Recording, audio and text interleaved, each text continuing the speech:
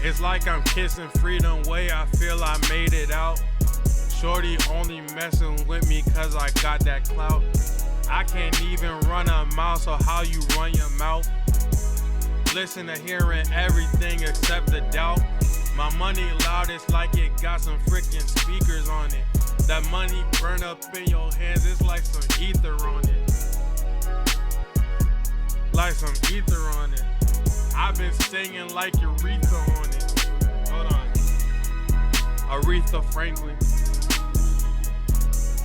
Me and my bros just thinking. We popping them bottles, we drinking. Them niggas inside the UK, they don't got no sticks inside their hands, so they shanking. Me and my niggas get blanking. Get into blanking. Rose Royce calling them inside the driveway. I was driving fast way down that highway. Shorty told me that I'm too paid, like I'm wigging on niggas. Think that hold on. Niggas is talking irrelevant, know that they hesitant. Who brought my brothers in? Don't even care what they saying, cause damn, the beat's ended. Hold on. Let's go, hold on. The beat's called Shush. Hold on. Hold on. Hold on. I told him, shh, be quiet. I've been eating beef so much you would've thought I'm on a diet. Hold on. Shorty seen me, she told me cause she tried it. Yeah, I was with her, officer, can't deny it. Hold on. Hands behind my back, I think that I've been double cuffed. The shorty inside my bedroom, then she be double stuffed. I know these niggas acting crazy, they not off the cuff. I hit him one time, hit him twice, now he had enough. Hold on, smoking white girl, I popped that Hillary Duff. Niggas talking, see these shells and then they duck. I don't wanna get Da Vinci, I like stuff. She like, why the heck you playing so rough? Hold on, I get my hands so active. She told me I'm attractive. She told me I can't crack on the ground, so I had a mattress. She told me she was way too up for me to be established. I told her, man, stop playing, you not my first bad bitch. Hold on, she not my first bad bitch. Hold on, she not my first bad bitch. Hold on, she not my first bad bitch. Hold on, look. She not my first fine shit. Every single day I wake up, then I time it. I'm a bag of dime shit. She already know I'm awesome white shit, crushing grapes. Hold on. Me and my niggas inside of the zoo like an 8. And you know I'm stacking all that cheddar and pay. Ask me, Stanley, how you doing? I'm doing great. Think I'm gonna buy the crib with a lake. The shorty inside of the bed, making the titties shake. Looking like milk and shakes. Hold on. Time I wasted, go and get it. You forget it. He forgot. Switch the plot. She a thought. No aim. She a bot. In her blood like a clot. Hold on. And I'm blood like a clot. But I don't fuck with that gang shit, don't get me shot. Hold on. Gang banging, ring-a-tangin', see my necklace and it's hanging. She inside my room, she probably get to singing. I don't even care what niggas singing every single. Hold on. Different day, same shit. Pain shit. Every single day you look at Diamond's wrist hit. Chat in here, we in the bit. Hold on. Chat here, we in the bit. Hold on. I see ya. Hold on. I see ya official. Hold on, I see Yelena, Dre and Mitchell. Hold on. I see. No.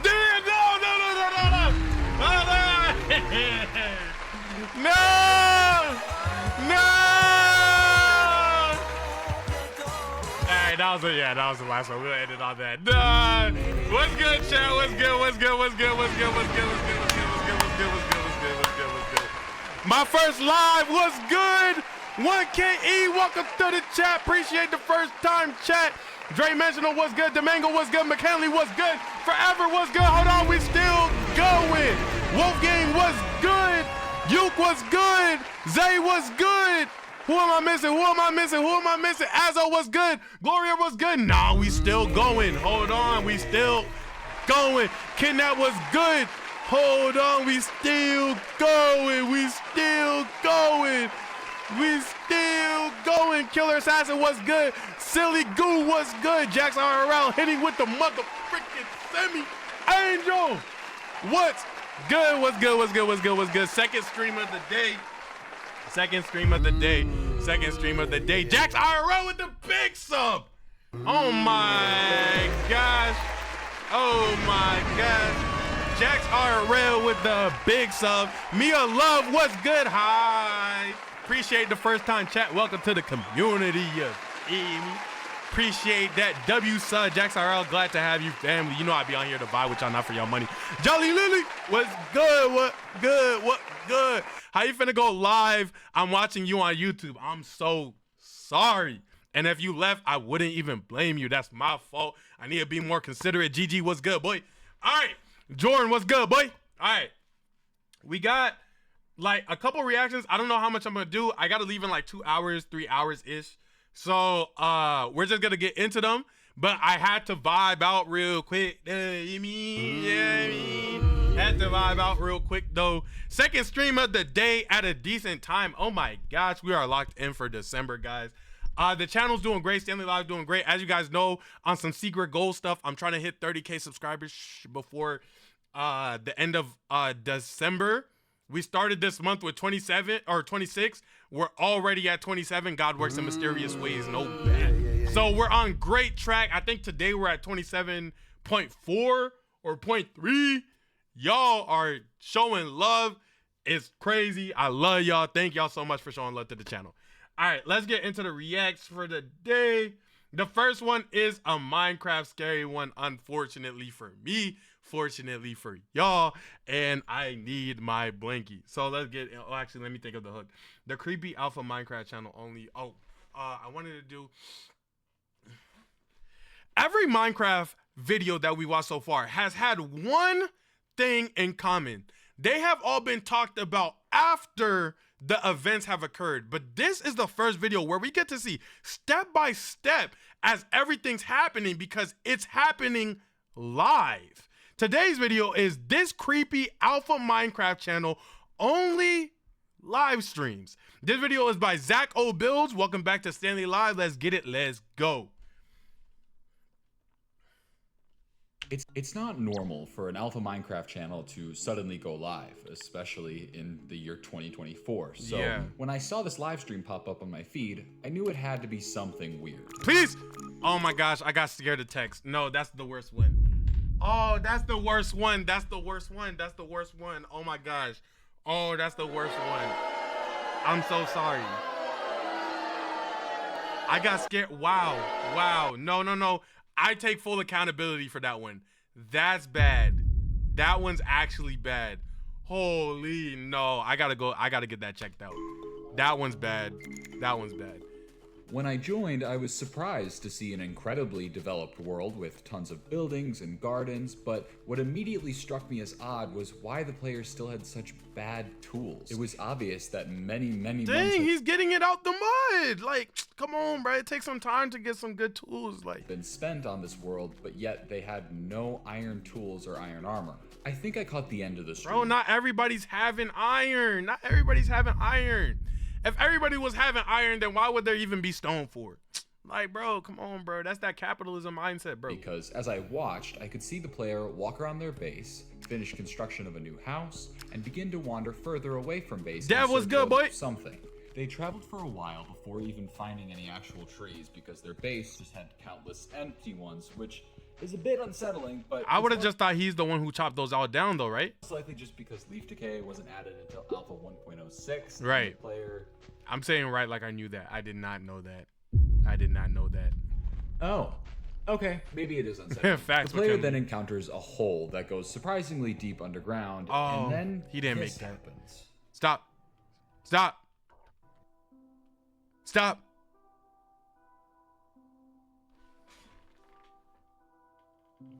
Ooh. Did somebody like strangle him while he's on the computer? Like, what is, and he's still got the mouse in his hand? Like, like, what's happening? Whoa. Whoa. Nope. No. Build out of that, bro. You got 15 blocks, bro. Build up out of that, bro. He's gonna go down it. And then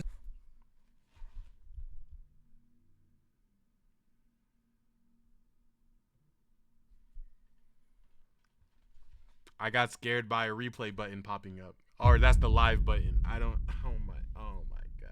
Oh my gosh. Oh. This is not a good video for me. This is not a good video Stream for me. ends. This channel is called Consciousness, but I'm gonna call our player Con because consciousness is a mouthful, much like your mother. But the channel's description describes itself as an alpha Minecraft uploads channel, despite the fact that it only has one upload aside for the live streams, and majority of which don't even go public after they happen. Right. So I turned on post notifications and watched the singular posted video in the meantime. It begins with Con messaging on a sign. Happy birthday, Con. An interesting Nah, see? It already got weird, bro. It already got weird. All that he doesn't know, she can't see me, who's here. Ah, man, you couldn't just do other weird things, like, I don't know, build something questionable. As someone who started their YouTube channel before I had parental permission to, I could relate. As the video continued, it showed what appeared to be the start of a new world, where Con is doing all of the typical starting activities, mining wood, making tools, going into caves. Don't do that. Why are you doing that? Stop. Why are you doing that? Why are you doing that? It's odd. Con appears to be incredibly opposed to entering any caves or underground areas at all. This could perhaps be because Con is a young child and is scared of those areas, or perhaps Con is partaking in a Minecraft but I can't touch the color gray challenge. Either is possible. They make Con those starts to videos? mine out trees and even begins construction of a house. And the area around that house is very recognizably the same area that we saw in that live stream, except this time with many more trees than we see prior. We see Con place down a sign and type first home. But then they delete it and say look closely and then deletes that. The video then ends soon after. Here's what I had gathered so far. This was most likely a child due to the flower gardens and the seemingly being afraid of the dark. What? I'll let you know, as a grown man, I have a flower garden and it is quite lovely. That could be a man. It doesn't have to be a boy. They are only given around 30 minutes a day to play Minecraft, and they're not supposed to record it, but they are doing so secretly. But what really confused me was the text, look closely. I felt there was something here I was missing, and with nothing but time until the next live stream, I decided to recreate parts of the player's base the best I could on a different world, hoping it would potentially reveal something. Jesus, all I'm learning is this guy definitely builds like it's 2010, that's for sure. I also can't express how hard it is to build these off of like random frames from the live stream. Like, this is like my old build tutorials, just way too fast, and it's hard to see what the hell I'm supposed to be building. I know this probably seems unnecessary for me to be building all of this, but you'd be wrong, because as I was going through my recording of the live stream... It's the sound effects that he used. It's the sound effects. It's the sound effects. The sound effects are the things that are getting me, for sure. I caught a glimpse of something I hadn't noticed before. It was a sign, and I really only had three frames to go off of, but across these 3 frames, I'm pretty sure it said one word. Trapped. Something bad was happening here. I just couldn't pinpoint any specifics or any concrete evidence as to what, but this sign alone confirmed my gut feeling that something was wrong, and if I didn't do anything about it, I wasn't sure anyone else would. Whoa, that's terrifying. That's actually creepy. I wouldn't get any more answers until the next day when I saw the channel go live again. It picked up exactly where it had left off, with Con stuck in a hole and appearing to just look around for a way out. They see a 2x1 tunnel and decide to enter it facing backwards in order to keep looking at. Oh, nice. I like that. Now, is that like technically great, like living IQ survival instincts? No, absolutely not. Not even close. But does it help me feel better while watching the video? Yes. At what limited light the hole offered them. However, the light is quickly lost, which makes Con run back to the hole and build out the manual way. Yeah. Interestingly nice. I like enough, that. Con doesn't go back to their base, and nor do they continue in the direction they were heading in the last stream. Con heads to a house in a completely different region we haven't seen before. On their Did way, he make Khan it? finds what seems to be like a glitched dungeon and loots it. But this house is what fascinates me. It's built for seemingly no reason, only surrounded by a singular tree stump. They enter the house and take a long look at this random staircase leading down. Khan stares at this hole for, I'm not kidding, 12 minutes, which was quite painstaking to sit through live. Oh.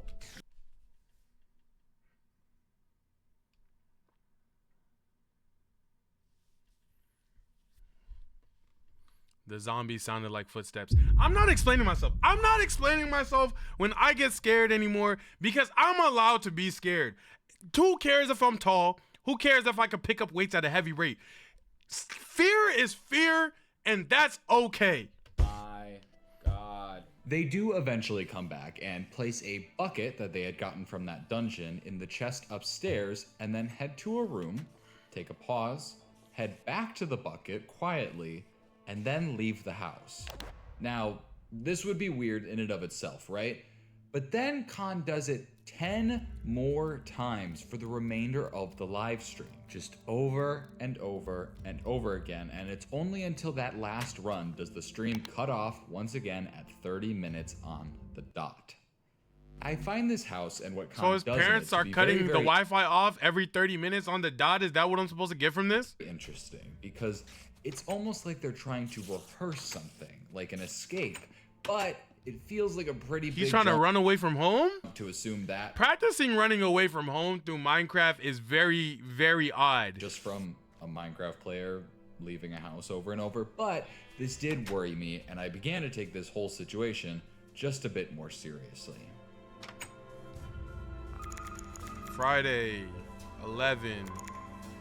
Like and The subscribe. next day, I joined the stream late because I'm stupid. I missed what I assume was Khan leaving the house and running back to their base, all the while making some bizarre motions, if I do say so myself. They return to base, and as they do, they message on a sign that says, quote, "I'm glad you're watching." This kind of scared And just like that, you would have lost your only viewer. I would have unsubscribed, turned off notifications, turned off my computer, and sold it. That is creepy, because now I feel like you about to do something weird. me beyond belief just because looking at the viewer count, I was certainly the only one watching the stream, but the stream continues on with Khan walking around, placing torches, and then going to In a broad sort of daylight? storage room and organizing some items. However, Khan seems to be sorting these items very, very weirdly, putting random items in specific slots and with random amounts. Khan appears to be partway through doing this when suddenly they turn to a different chest, pause, and then go AFK for a long period of time. When they do come back, Khan actually breaks the chest and watches the sunrise for the remainder of the stream. Except not quite. They actually, in the last couple seconds, try to run back to the storage room, but the stream ends suddenly at 30 minutes on. Oh, this is weird. This is weird. This is like something's happening in his real life weird. And I don't know. This gives out very spooky vibes. I patiently awaited a live stream on Saturday, but one never happened. Yeah, they got him. While I was slightly worried, I instead decided to spend the time going through Friday's stream. So my recording obviously was missing that first portion of the stream, but I realized what Khan was trying to do when they were like flailing their character around. If you trace the crosshair, you can actually see letters, which ended up getting me D, and then an O, a W, and then another O. And your guys' guess is as good as mine. I thought maybe it was scrambled, like the word wood, scrambled, but I'm really not sure. So I moved to this chest organization thing. I mean, the blocks that were used were incredibly random, and I tried to find like a common denominator of sorts between all of them, but nothing really came to mind. So I turned to the amount of each item. Khan was very specific about the number of each item, so I knew there had to be a meaning there. But the answer was right in front of my face. The whole alphabet? time. I mean, if we're assuming that this is a child making it, it's not going to be some complex puzzle or a cipher. It's going to be something easy for them to think of. Each number never exceeds 23, which most likely means these are just numbered versions of the alphabet. I have officially reached the territory of Minecraft ARG professional. I might be smart enough to bang with him. I'm not gonna lie. Forever blessed. Wait, appreciate that. Oh no, Nigel, appreciate that. Thank you so much. I thought Forever Blessed at it. Nigel, appreciate you, Brody. Using that, I was able to get NANDCRAFT Man, VICWS DC GMA. And that makes as much sense to you as it does to me. I did eventually realize that some of the letters make more sense as numbers. So for example, this A should actually be a 1 to spell Minecraft, and switching this C back to a 3 spells the word views. But what confused me was the GMA portion, because obviously it's cut off, but there's no words that start like that. Like, are we talking internet slang for grandma? Like, what? Like here, when I even Google it, you can oh, is it an email? Yo, I'm not gonna lie. I genuinely thought Gmail. I should have said it because now it doesn't sound like I'm being real. I should have said it. I genuinely thought Gmail. I promise. The nice thing about Google is you don't need a password. What's good, to check ABC? if an email is valid. And when I typed in the email, I could see that this was in fact the one that was connected to the YouTube channel. So Khan was trying to give me access to DOW the email, but I didn't know password? why. Like, should I email it? If I do email it, what the hell do I say? And what was Khan trying to spell out at the start of Don't do that, bro. Don't do that. Khan was live much later than they had ever been before, which was weird, but everything else seemed normal. For this stream, Khan spent most of their time just placing flowers in front of their houses, but Khan was also certainly the most talkative Forever that Blessed, I I'm had locked. ever seen them be in this stream. Forever Blessed says, Stanley, I have a challenge for you. For every puzzle they come across, I want you to figure out the method on how to solve it before they do. No penalties. I'm gonna just try my best. Writing on signs saying things like, I love my house. I don't like glass. He's watching TV right now, but I should still be careful. That's weird. there were a lot of these signs to the point where I don't have time to go through all of them, but the stream finally ends when Khan messages on a sign saying, quote, he's mad. And then the stream ends. Oh. Not at 30 minutes this time. For some reason, this stream ends at 25 minutes and 35 seconds. There's a lot to talk about here, so let's break this down little by little. There seems to be an He ran into him. That something bad happened. obsession with glass or sand, as well as Khan really liking their houses. We also find out that whoever this quote he is watching TV at the time of the stream. This is the second time we get a mention of a he, which is interesting. All of this doesn't give me a ton to go He's not saying my dad. He's not saying my brother. He's specifically using he, which makes me feel like he's not talking about family here. So I loaded into my recreation of the world, which I had added to in between streams to see if anything struck me as odd. But the information was so vague, it was hard to know exactly what Khan was trying to say here. Okay, so the houses are important to them. I could have figured that. Sand and glass is so random. It's a pain in the butt for Khan to The windows are letters. The windows are letters. get. So The why windows do you are letters. bother with windows and only on one side of the houses. The windows are letters. Like, wait. Of course, duh. I'm literally blind. It's upside it's down? The windows. That's why they're so weird. I thought he just sucked at building. Oh, and that's what he was spelling at the end. D-O-W. It's the end of window. God, I'm stupid. Oh, Khan dope. had reflected letters and numbers upside down, so that way I guess they would be a little less obvious. But upon reflecting them back, you could see that it was an address. I know it's. Oh my gosh, yo, this kid's literally kidnapped. Oh my gosh, this kid's literally kidnapped. Oh my gosh, this kid's literally kidnapped. Are we watching somebody? Yo. To make, but my guess is Khan is trying to signal me to their address in order to help them, save them, whatever. The only thing holding me back from believing this is how on planet Earth Khan had access to a live stream to a specific Yeah, channel. especially if he's under some conditions. That's what's getting me. Because if somebody's holding you hostage, basically, they're gonna stop you from having any access to the internet at all, much less Minecraft and streaming it. And why that was their only means of communication to the outside world. But I didn't dwell on that super Appreciate long, the vid, Watson. I went to look at this address. Unfortunately, you get tons of places in various U.S. states. Right. From Kansas. Check all of them. Check all of them. Bring my dog home. He's for sure not in Utah though. Nobody's in Utah. Facts. We don't even gotta go over there. Nobody's in Utah. Facts. It's just facts. It's just facts. It's just facts. To Michigan, Arizona, all the way to Minnesota. Nearly every state in the US has a road titled Rock Road. I needed a way to narrow it down, so I scoured back through all the footage until I found something that helped. In the very first stream, the time was shown. Khan's time. So while for me, they go live at 11 a.m. every day, for them, it's 12. That's East? They were an hour ahead of me, putting them in Eastern Standard Time. Come on, I'm locked in. I'm locked in. I'm locked in. I'm locked in. No, I'm locked in. I'm locked in right now. I'm locked in. We go bring this kid home. No, all jokes aside, this is actually super creepy, and I hope that this kid has been found. This is weird.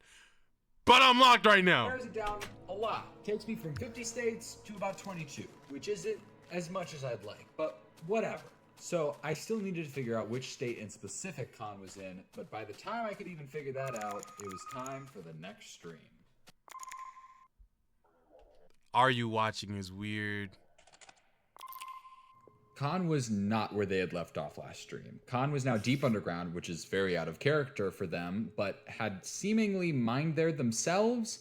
Khan began to traverse the 2x1 tunnels that they were in, with only the occasional torch providing them light. Every time Khan would encounter a torch, they would exclusively face it, even if it meant walking backwards, which ended up taking a very, very long time, considering Khan refused to uncrouch the whole time. I don't blame him. Eventually, Khan does escape and returns to their base, where they grab a sign and simply say, quote, "He was laughing at me." This is all before roaming around and picking flowers for the remainder of the stream. Oh my gosh, this is so eerie. This stream was by far the most confusing for me because as much as I rewatched it, I truly could not really understand what was going on. We had never seen a jump in location like this. Each stream always picked up exactly where the previous had, and we can also hear our third reference to him, but this time he is laughing at Khan. But not much of this stream was humorous. I mean, unless you think gardening is an absolute hoot, then this stream was more unsettling than anything. With this stream especially, I felt like I had hit a wall. I mean, I couldn't do much more with the info I had except for one thing. I could send this email an email, but I knew if Khan... I feel like that's dangerous, because if the dude figures out that he has contact with the outside world, not only can he harm the kid, he could take away the only thing that he had in terms of reaching the outside world. I don't know if I send this email, bro. Barely had access to Minecraft, then it wasn't going to be them who ends up reading it. Yeah. So I had to be very, very careful with what I decided to say in the email. Dear player, due to your long-term participation in our game in Minecraft Alpha turning 15 years old this year, we would like to award you an in-game cape and a matching physical cape. You should already see your in-game cape in the Minecraft launcher menu, but to get your physical cape we will need your shipping information. You can check out the cape as well as provide the shipping information at the link below. Okay, hear me out. This channel was created in 2010, seemingly as a Minecraft Alpha review channel. So, someone was alive 14 years ago and playing and posting Minecraft. My money is it is whoever is keeping this kid trapped. Like the original hostage. Will snag the location of whoever ends up opening it. So all I need But that's the thing though. Me, I don't even touch a link that I don't know. is for this person to open it. No way he touches this link. No way you're kidnapping somebody and you're clicking random links. There's no way. Free. But for now, we wait.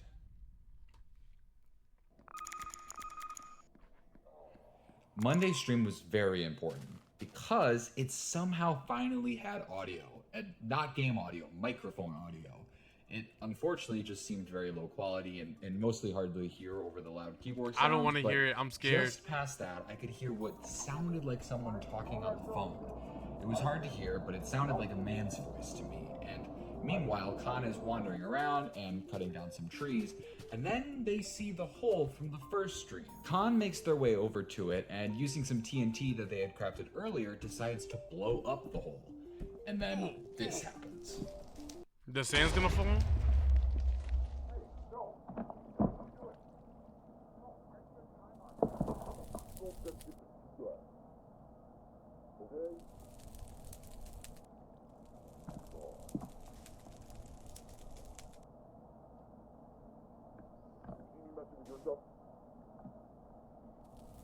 It's a shared account?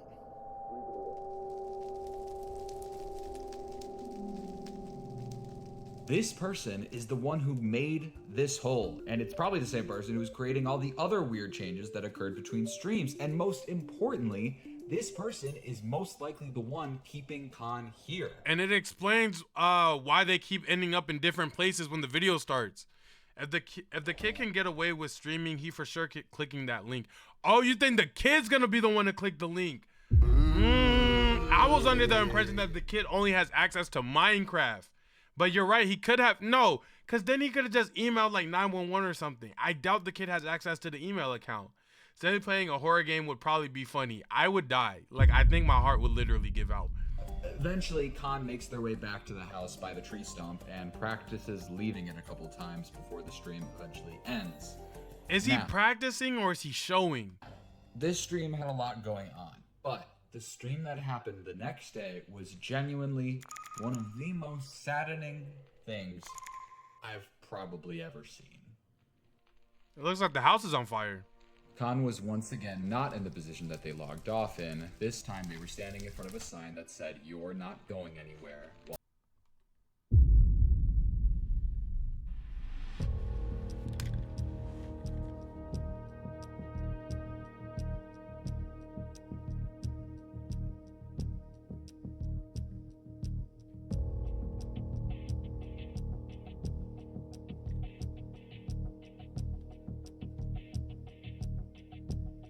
That's weird. Oh, that's weird. Oh, that's bone chilling. Oh, that is. So now we know for sure that he is legitimately kidnapped. Like, this is genuinely a kid who has been nabbed that we're watching. My goodness. Their house burned to the ground. They tried to put it out, but most of the fire had already destroyed the house. Defeatedly, they started to walk back towards their main base, taking one last look at what remained of that other house. But unfortunately, upon returning, they discovered that this same destruction was on their main houses. This time, Khan made no effort to put out any of the fire. They simply walked around and watched as everything. That's why you got to build some stuff out of stone, gang. They spent so long on burned to the ground. After a while, Khan does something I've never seen them do before, which is mine into the ground 3 blocks and cover up the hole. And this is how the stream remained for the remaining 30 minutes that were left of the stream. It's clear that Khan feels incredibly defeated. Yeah. Seeing all of their hard work get completely demolished for seemingly no reason would do the same to me. However, within the last 30 seconds of the live stream, this happened.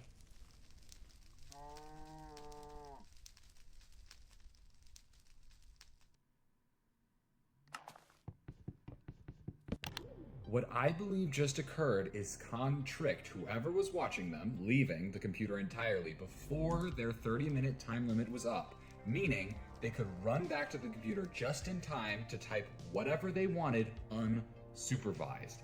And I'm pretty sure what Khan password to the email was the exact password I needed password to get into the Gmail account. Come on, let's save this boy.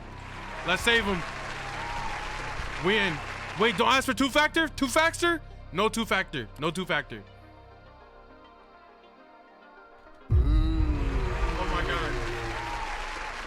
The first thing I checked was specifically. He might actually save a kid. Any sort of specific location that would help me narrow. Go to manage videos. Where Khan was being held.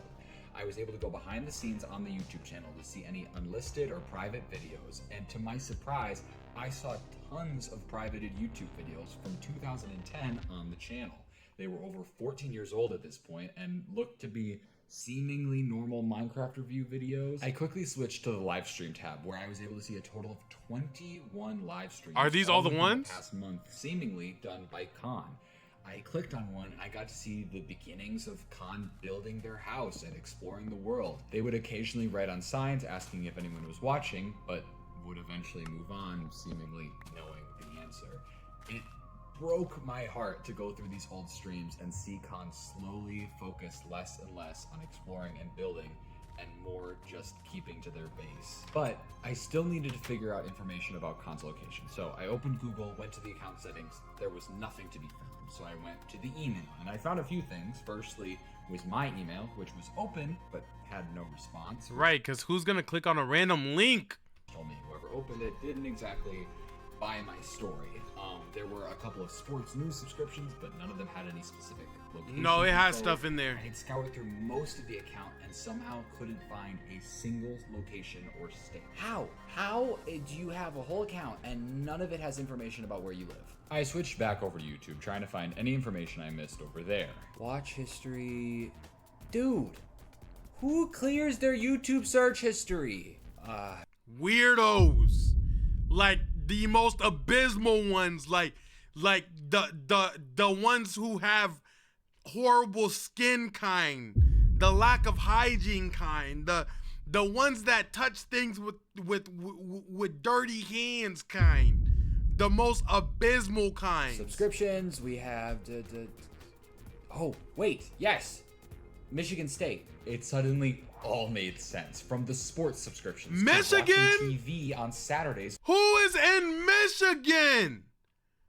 during the live streams. Even the password being Wolverine was from the Michigan Wolverines, the football Horrible skin kind. I was actually looking for the word acne, but I could not think of it just now. team. I typed everything I had into Google Maps and immediately recognized what I saw. I had the right place. It was the house with the stump in front of it. This was it. I knew no one would ever believe my story about finding all this info out through a Minecraft live, but it was just enough information to leave an anonymous tip about a child who, after some quick research, I found out went missing in Lake Michigan a few months before the live stream started. I just hoped it was enough. Wow. That is insanity. I found a police report a few days later. Apparently, the kidnapper had gotten away, but the child was found. The report contained a conversation between an official and Khan, who I learned was actually one Levi Goldings.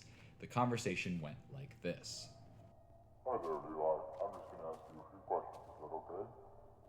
Can you remember what happened when you were first taken? That's okay.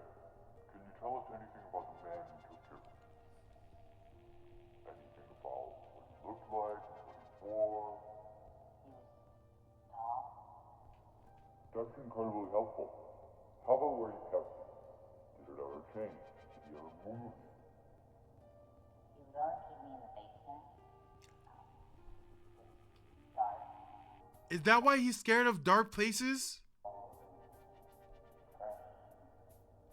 I'm sure that was very scary. Can you remember any sounds or noises that stood out to you there? I would hear crying. Whoa, am I seeing a face inside of the recording? Bro, this is wicked. This is weird. I don't want to see that. I don't want to see that. I don't want to see that. There's like a nose, and then there's like an eye. I don't want to see that, bro. That's okay. You've been incredibly helpful. You can go back to your family now. Now, what I'm about to say isn't gonna sound great. I'm more than happy that Levi is back with his family, but something still felt wrong. A, I wanted to know how the kidnapper had gotten away, and B, a lot of things just didn't make sense to me still. When Levi Oh, the mystery's not solved. was in the Minecraft house, he never went in the basement. So, if that's all he ever knew, how could he have built a replica of the house so From up accurately top. when he was playing Minecraft? When we watched him Whoa. like practice escaping, it wasn't from a basement that he was being held in. It was from like a bedroom of sorts. He could look out the window. What if he was, oh my gosh, what if Levi, the one that went home, was the kid in the basement, and the kid that Levi heard crying is the one that we're watching? The kid that heard the crying, that Levi heard crying, is this right here. Hold on. And overall, the way Levi describes being treated doesn't exactly align with someone who was allowed to start playing Minecraft every day as like a birthday treat. Oh my god. The birthday. Levi was born April 21st, 2015, but on that very first YouTube video, when the world was started, Levi said it was his birthday. That was July 2nd. Mm-hmm. It's different There people. were 2 kids in the house. Yup.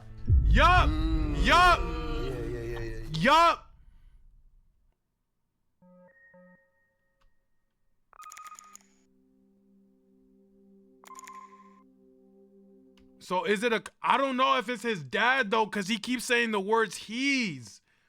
I don't know if it's his dad as much as it is like some long victim that he's had, and like now, like, you remember The Promised Neverland where the mom treats Ray a little bit differently just because it was like her son? Oh, I'm spoiling crazy. You should have watched The Promised Neverland by now.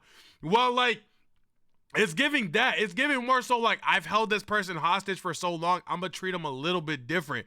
Like, this is his golden goose.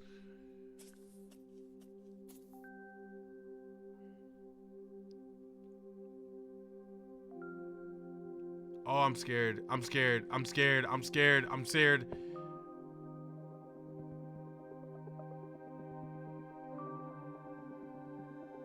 It's hard sometimes. Actually,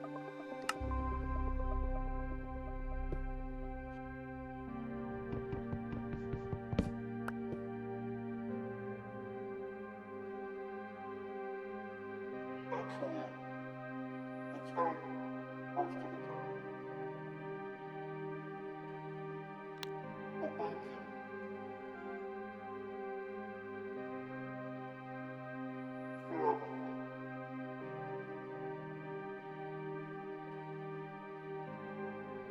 He didn't get saved.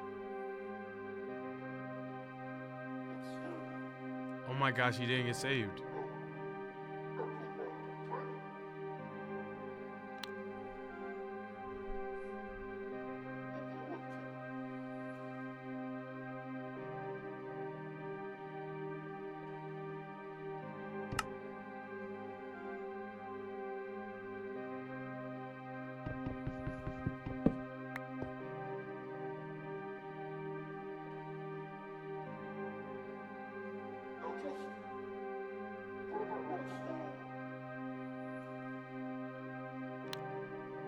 there. Looking backward and see how far I've got.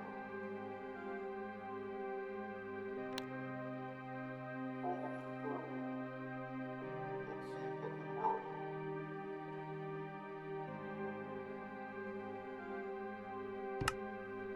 Oh my gosh, that's heartbreaking.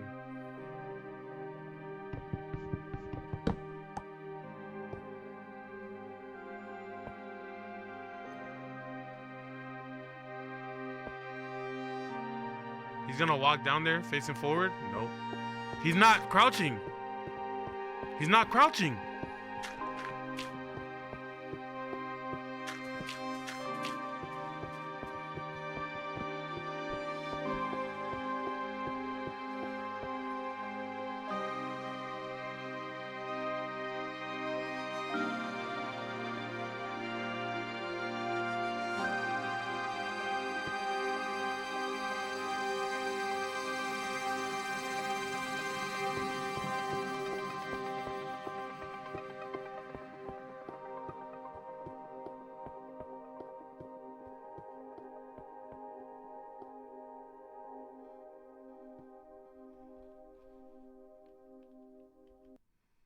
Oh my gosh, he really didn't make it out.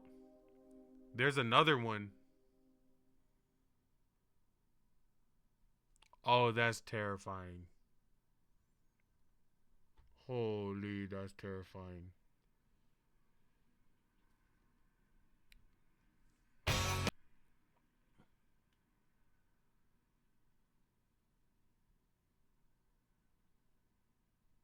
I don't even know. Watch the sequel. That's gonna have to be for another day, but I will. Yeah, we have to watch that. Oh my goodness. That or Watson, that video was OD. Wow. If you guys enjoyed or were captivated by that video, this video right here is even more captivating, and I hope the best for. Wow, that's crazy. With that being said, I'll catch you guys in the next one, man. Goodbye. Peace. Oh my gosh, that was terrifying. That was a big dose of scared sandwich. Hold on, I gotta respond to this real quick. That was insane, bro.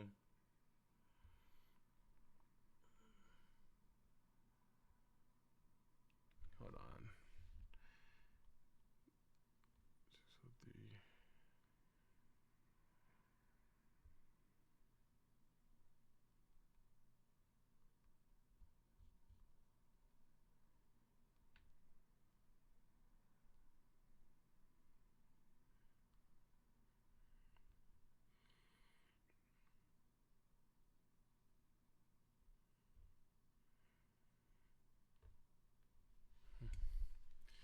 Okay, sorry. Nah, Stan, you should play Minecraft on stream. It's getting to that point. Whenever the gaming channel comes about, I think that's when I dive into that world realistically. But let's get into the next react here, and let's keep it going. Let go. Cartoons are supposed to be a place that causes joy, funniness. Funniness isn't a good word to play there. Let me do another word. Cartoon episodes are supposed to be a place that creates entertainment, makes you laugh. Yeah, there we go. Cartoons is supposed to be an environment that makes you laugh, that creates entertainment, that you find joy in. But today, we're actually going to be looking at the flip side of cartoons and noticing every single moment that left us scarred. Today's video is cartoon episodes that traumatized children. This is by Tuv or TUV. Welcome back to Stanley Live. Let's get it, let go. One thing we as kids loved doing. When growing up, one thing we as kids loved doing was watching TV. Getting up early to watch Saturday morning cartoons or late at night to watch whatever was playing. Facts. These cartoons gave us dreams. Dragon Ball Z, Naruto when it came on. I'm not gonna lie, I wasn't on Kill la Kill like that. It would come on, I would see what she got on, and I wasn't on that. George Lopez. I know that's not a cartoon. I know it's not a cartoon. And Dragon Ball Z and stuff is technically anime. But like, you know what I mean? Them late nights was fire. Expectations, and most of all, permanent memories. Though, some shows push the boundaries, causing us to remember the more disturbing side of said cartoon. Today, we will be talking about cartoon episodes that traumatized children. Whatever episode that was where SpongeBob and Squidward were moving the couch and it did that thing to his toenail, that one should be banned in 50 states, 30 territories, and 58 regions. Hey guys, welcome back to another video. Before this one actually starts, I want to let you guys know that today, the day that you are watching this, at 5 p.m. PST, we will be doing a live Q&A on my Discord. Discord, I missed that already, I'm not gonna lie. And let's get started with the British stop motion. Pingu's Dream. Pingu. Pingu was a Swiss-British stop-motion claymation children's show created by Otmar Gutmann in 1987. The main character... Bro, I don't know what it is. I cannot get behind claymation. Every single time I see claymation, it's just very disturbing to me. Like, I don't know what it is. I don't know what the essence is behind it. But when I see it, I feel weird. Shout out everybody that likes claymation though. The character is a penguin called Pingu who lives in the South Pole along with his family and friends. The show aired on BBC Children's and Education, and episodes averaged 5 minutes in length. Today, we will be talking about... Who the heck is that in the background? Oh my gosh, it's a cardboard cutout. Holy.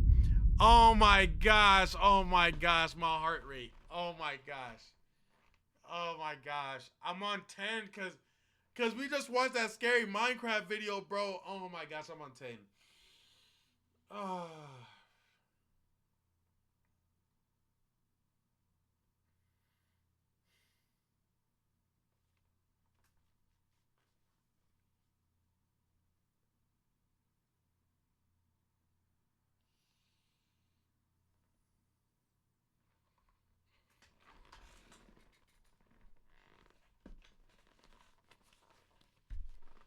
I'm back, bruh. I dead had to calm my heart down, bruh.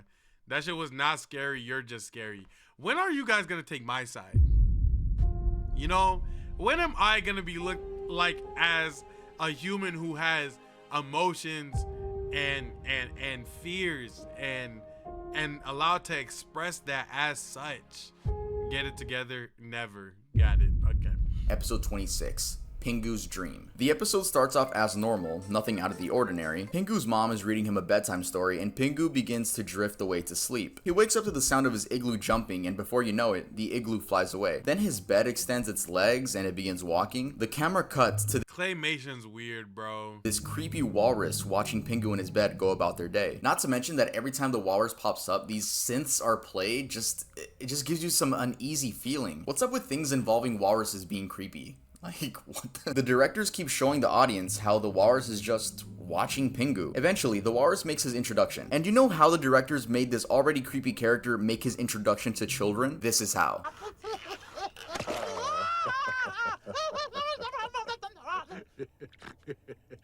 It's clear to see that the walrus is supposed to have this like goofy personality that finds everything funny and just wants to play. But they really messed up by making him almost human-like. The walrus begins No, they messed up making him chopped. They messed up making him something only a mother could love, and even that I would abandon it. They messed up making it look like the last option of someone's adoption. They messed up making it look like it was ran over several times. They messed up when it got created. No cap. Messing with Pingu and eats his bed, all while non-stop laughing. Pingu and his bed begin running away, and Pingu ends up falling down a hill of snow. It was actually a pretty cool transition because the next camera zooms out, and you can see that he's in his room again. The episode ends with Pingu crying and his mother consulting him. Yes. That's how this episode ends. Not only is this the ending to the episode, but this was actually the season finale. This episode was highly controversial and was eventually banned from television due to the giant walrus being too scary and unsettling. Imagine being so ugly. No, dead serious. Walk with me. Imagine being so serious. Come here, walk with me. If you're that ugly that you were banned from people being allowed to see your face, and it was a controversy. Oh my gosh, would I get face surgery and completely take everything off? I would have to restart. I would have to restart my face. Nothing would inspire me more to make money so that I could get facial reconstruction, bro. No cap. For many young viewers. The creator Otmar Gutman actually used the same walrus model in a German short film he made years prior. This caught me off guard because the voice he used for the walrus is so unexpected. Here, I'll just play the clip. Dass wir unsere Kundschaft ernst nehmen, dass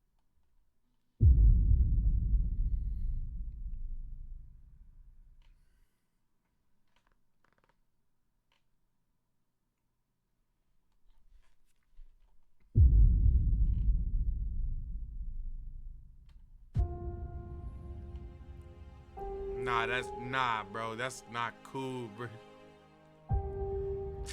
He dead wrong for that, bro. It's not funny. It's not cool. Like, no children should be on.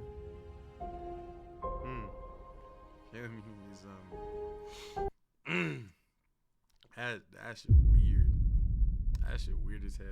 That shit weird as fuck. zeigt sich die Produktgestaltung der Kommunikationsräume und schauen Sie sich mal um. Yeah, let's move on. Let's move on the list. Blue Cat Blues, Tom and Jerry. Tom and Jerry need no introduction. I'm 100% sure everyone watching this video knows exactly who these two are. Blue Cat Blues is about Tom's love for a female cat which doesn't love him back. The video begins with a dang, we all been there though, Tom. Don't even worry about it, Tom. We all been there, bro. You know what I'm saying? Everybody done chased the cat that didn't want him back. But you got to understand that's just part of living life for a fact. You know, you can run into situations and the solution is abstract. Just make sure that at the end of the day, you keep your heart intact.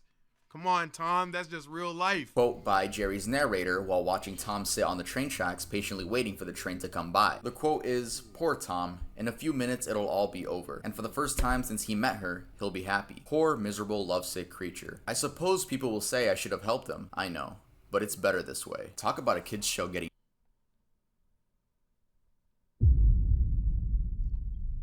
That is actually insane. I don't even think I could say that on YouTube. That is crazy. Is my channel going to get yellowed for this? Yo, YouTube, please. It was for educational purposes. Please don't hit me with that hammer. Don't hit me with the hammer. I need to eat. Christmas is coming up. My family need gifts. Please, please, please. dark. Throughout the episode, we see just how much Tom is in love with his cat and how he is overthrown by another cat by the name of Mr. Butch. The cat with more money, more gifts, a better car. Tom resorts to drinking... But does he have personality? Does he have personality and does he have a stable home? And just because he got more money and a nicer car and yeah, it probably curved and longer and he has and he's cooler and stuff, it doesn't mean that I shouldn't have a chance. Okay? It doesn't mean that Tom shouldn't have a chance. It doesn't mean that Tom shouldn't have a chance because realistically, Tom's a nice guy. Tom's a good guy, bro. And he dedicates himself and he works hard every day and he never takes the easy way out. He tries and he tries and he tries. And sometimes it's not enough. And, you know, he knows he could be better. He knows that. You know, Tom knows that. And he just wants somebody to love him through his faults while he makes it right. You know. And in a little bit of time, Tom knows that he's going to find that. Tom believes in himself. He has people that care about him. You know, they hop on phone calls. He's going to therapy and Tom's good, man. Tom's going to be fine, bro. You know. Shout out Tom, man.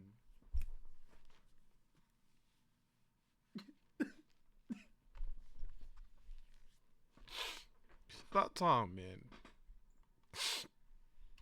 Which in this episode is a substitute for alcohol. Tom is seen sliding down a gutter until Jerry saves him. They get splashed by some water and come to find out it's Mr. Butch and the love of Tom's life riding away in his car with a just married sign. After this, the same thing happens to Jerry as his girlfriend is riding away with another mouse. Jerry brings himself down to the train tracks, sits next to Tom, and both patiently wait for the train to pass by. The episode ends with the haunting horn of a train.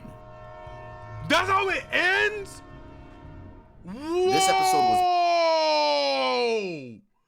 Whoa! That's how it ends? That's how it ends? I've never seen that episode. That's actually crazy. That's even more crazy than the first one we watched. Banned by Cartoon Network and Boomerang due to its references to alcohol and... Yeah. Also, I just want to clear up a common misconception, and that is that this is actually the finale to the series. It's not. You've seen it? Danger, you old as hell. Friend, Ren and Stimpy. Ren and Stimpy ran on Nickelodeon from 19... Ren and Stimpy never saw me. I was not a Ren and Stimpy fan. Ren and Stimpy got zero watch time for me. They looked ugly. They looked disgusting. They looked dirty. Ren and Stimpy got no love from me growing up. 1991 to 1996 and focused on a sociopathic chihuahua and a clueless cat. This show got away with so much shit, it's actually scary. Season 2, episode 4 opens up with a man by the name of George Liquor adopting Ren and Stimpy at a pet store. Once he takes them home, he puts them through a bunch of rigorous tasks to see if they can keep up with how he wants his ideal pets to act. In one scene, he forces Stimpy to get on his couch so that he can learn how to be quote-unquote disciplined and, well, just watch.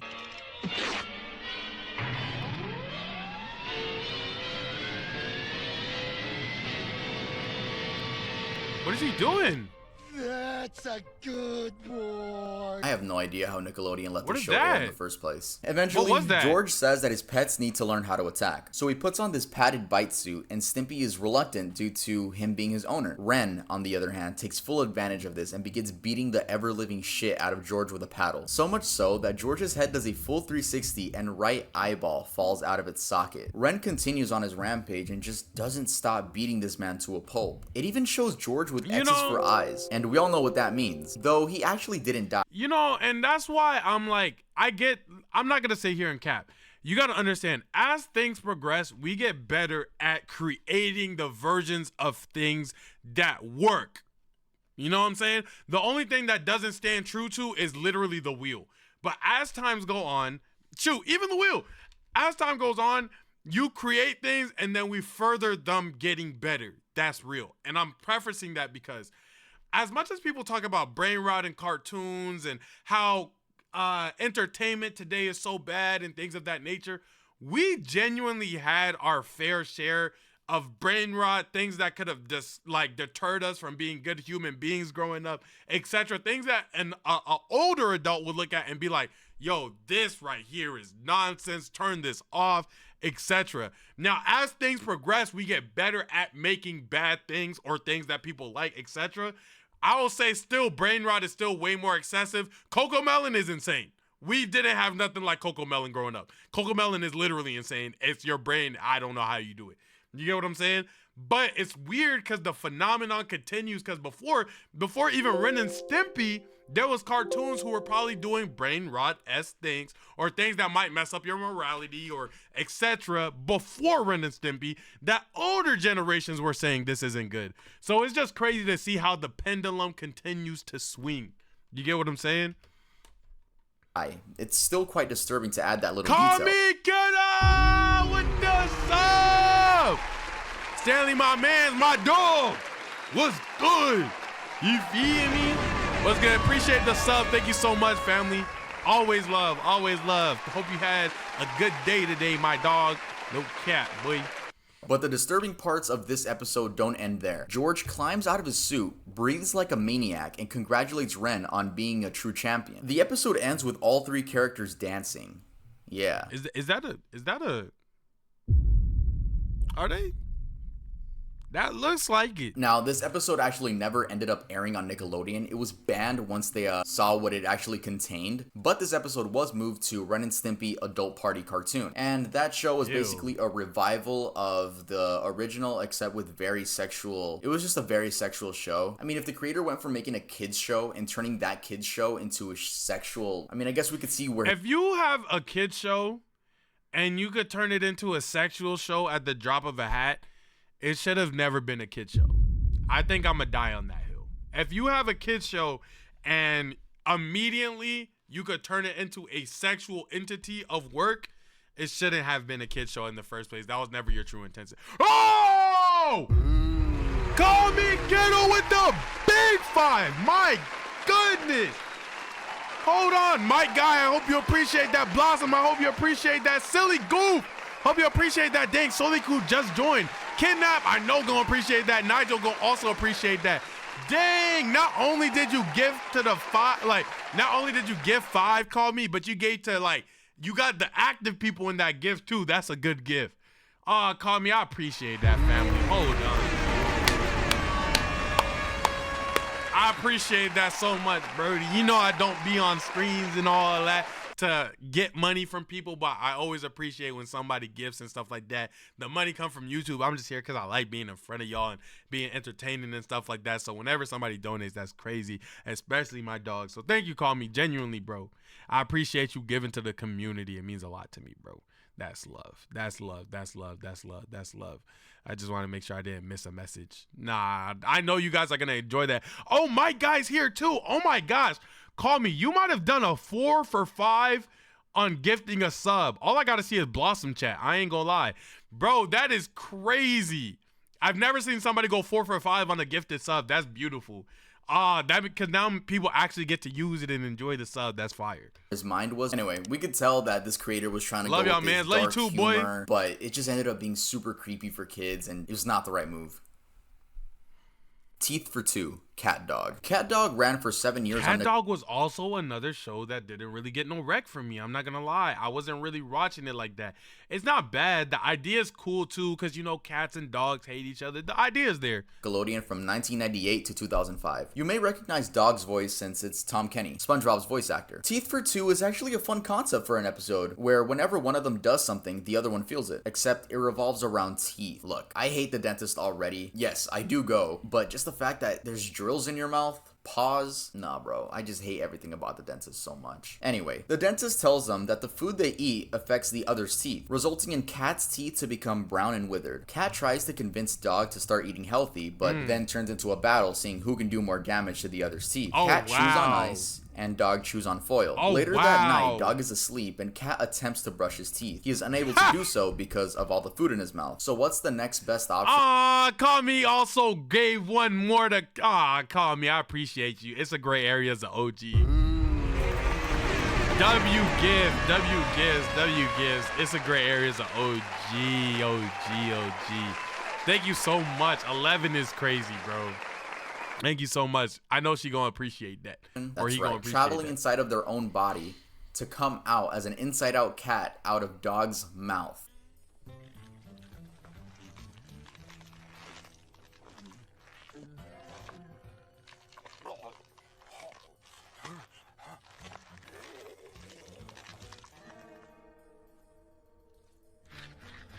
Dog screams of horror and swallows Cat back down to where he's supposed to be. Skipping to the end, they get their teeth fixed but end up getting food allergies from all Dang, they got veneers? They turned into the baby. I ain't gonna lie.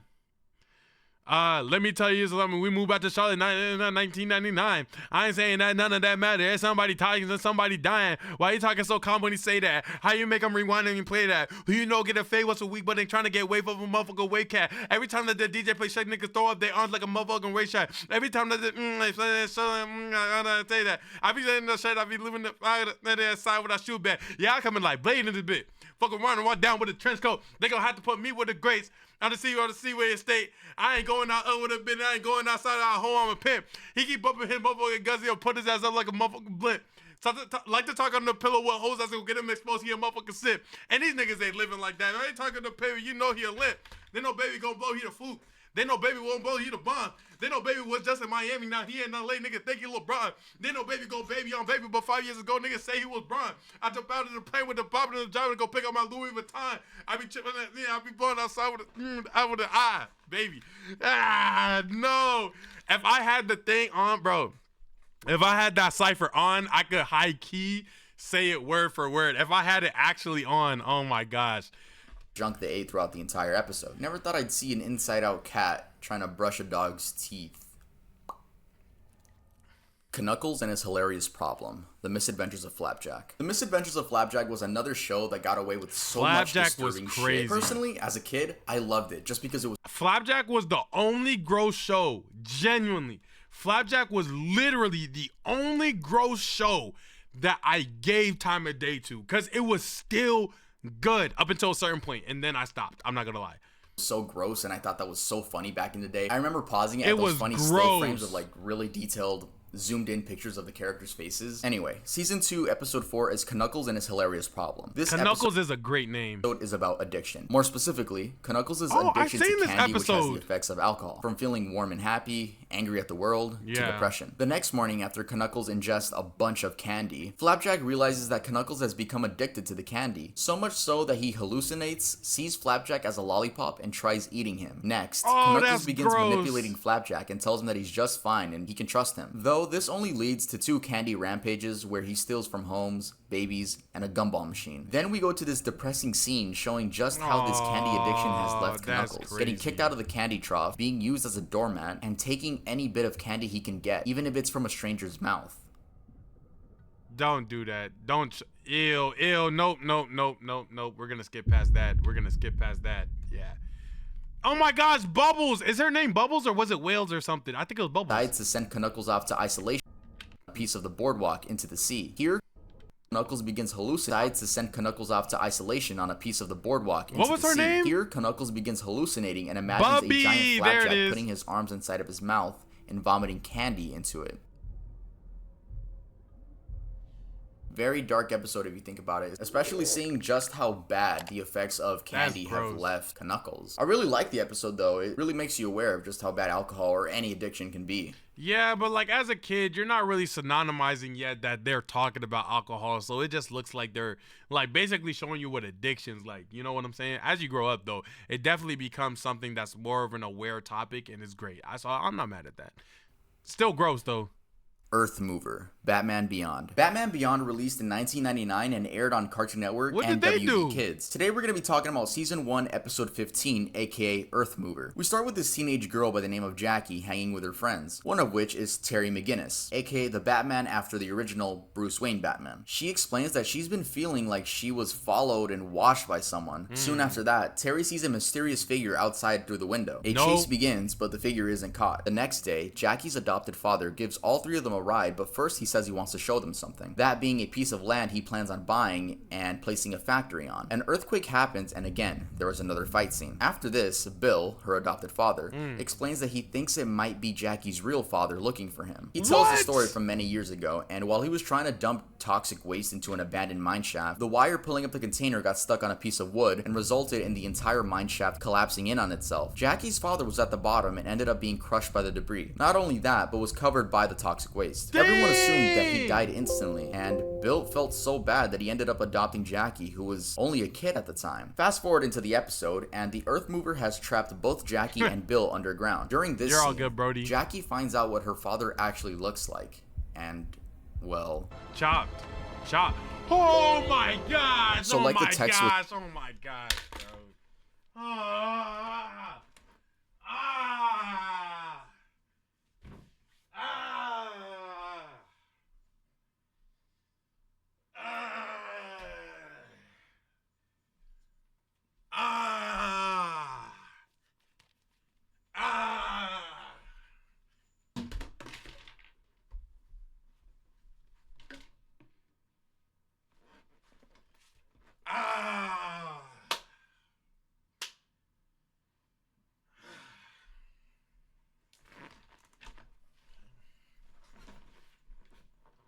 I almost just lost my setup.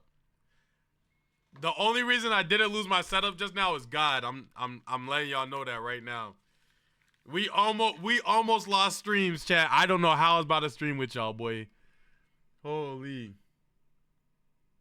Yeah, that was...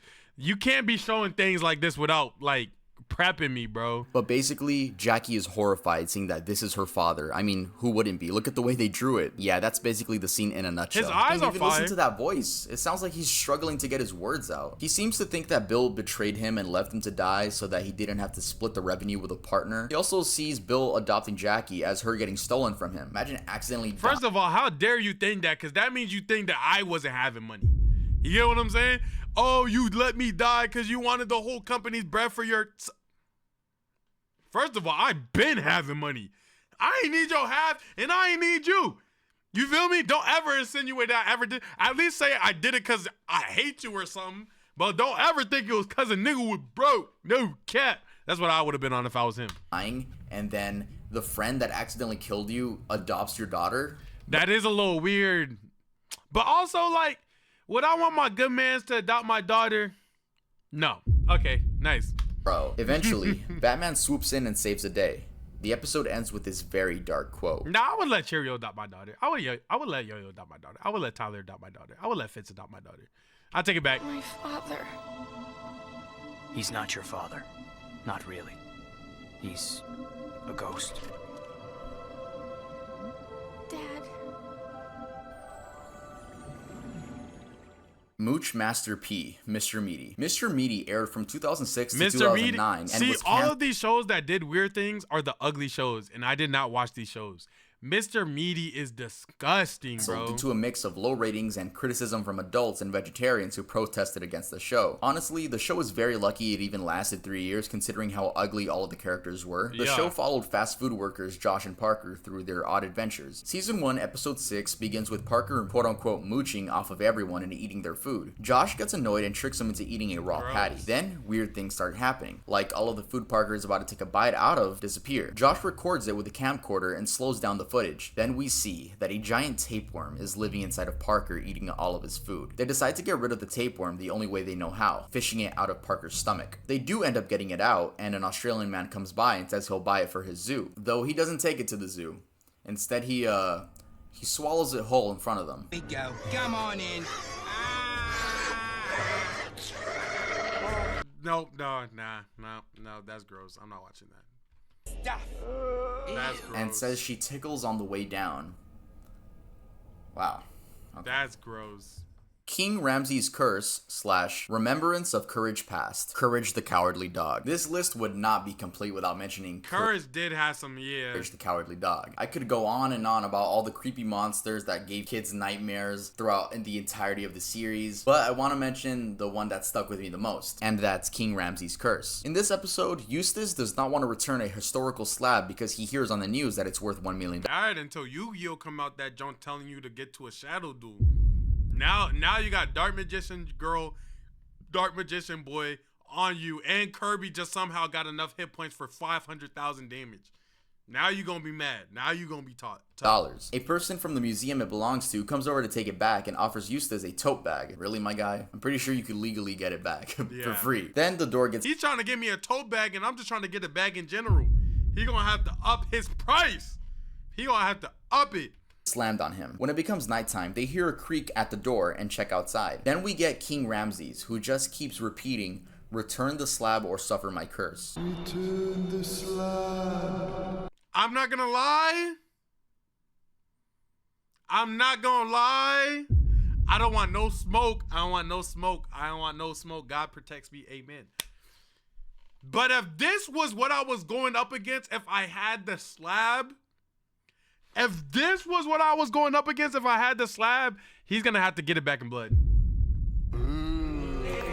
Like, I'm sorry, you just not doing it to me though. You get what I'm saying? Like, you not doing me in. That's not doing me in. This is not doing me in. It's just no way.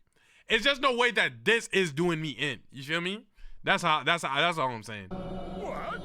Return the slab or suffer my curse. It's just such a creepy design, and also it's a 3D model in a 2D animated show. There's so many instances of just plain creepy stuff in this cartoon, but that's what gave it its charm. I feel like Courage the Cowardly Dog definitely let young kids know whether they like the horror genre. Yeah. So shout out to And Courage. I did not. Remember, I'll tell this and I'll scream this from the top of the hills because there's no shame in my game.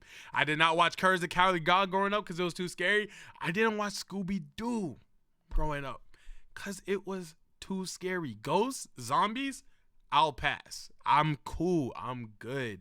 The Cowardly Dog for that. I also want to talk about another episode called Remembrance of Courage Past, which is actually the second to last episode of the entire series. This episode is about Courage's parents, which sadly got taken away from him at an early age due to an evil veterinarian. This veterinarian puts Courage's parents in a rocket ship, and Courage can't do anything because he's just a pup. While being chased, Courage hops into the garbage disposal and escapes. He watches as his parents are sent off to space and waves goodbye.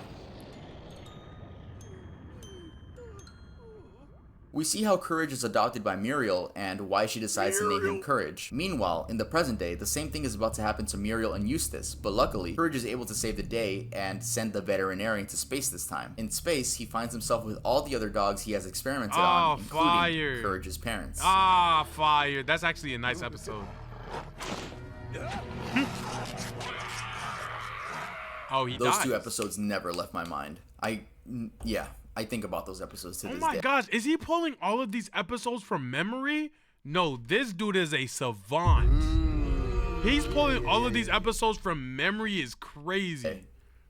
Jurassic Bark. Futurama. This is a little bonus I'm throwing in. The reason I'm throwing this in as a bonus is because one, Futurama wasn't really made for kids. It was a show for young adults. And two, I don't think this episode traumatized anyone. It was just incredibly sad. And if you're a fan of Futurama, you already know what I'm talking about. This episode of Jurassic Bark was the hardest one to rewatch for me. This episode is about Fry's old dog from 1997 named Seymour. In case you guys don't know, Futurama takes place in the year 3000 with Fry being the only person from the year 2000 since he accidentally fell into a cryogenic cryogenic chamber on New Year's Day. Anyway, Fry finds Seymour as a fossil in a museum, where he then takes home to the professor. The professor explains that he can actually bring back Seymour with new technology, and so Fry begins getting ready for Seymour's return. This includes a doggy bed, a collar, and some chew toys. When the professor is ready to bring back Seymour, Bender throws his body into a pit of lava because he's jealous that Fry will have a new best friend. We get a flashback of Seymour doing everything in his power to find Fry. Seymour eventually finds Fry, but no one in the lab notices that Fry is in there. Even his parents, who go to pick up Seymour. Talk about frustration. Anyway, Bender jumps into the lava pit and retrieves Seymour's body. Seymour didn't burn due to the material covering his body. The professor finds out that Seymour actually lived his full lifespan of 15 years, 12 years after Fry's disappearance. So Fry decides not to bring him back simply because he doubts Seymour even remembers him, and he probably moved on with another family. But wait, here's the kicker. We, the audience, get a No, the audio cut out. No, that's not me. That's the video. It probably had copyright, but yeah.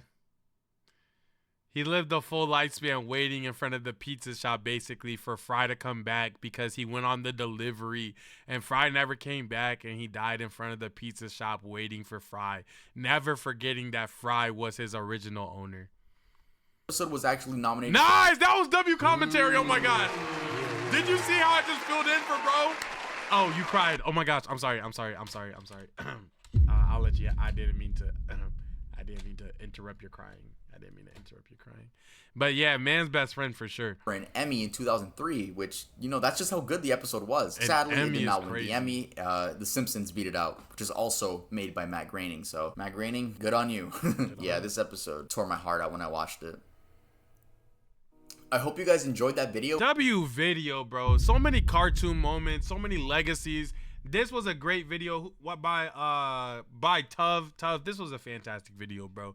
And I hope you guys enjoyed it as well. And this video is even more entertaining. I guarantee it, and YouTube guarantees it. That's why it's there. And I'll see you guys in the next one. With that being said, goodbye. Peace. Boom. Okay, let's do that.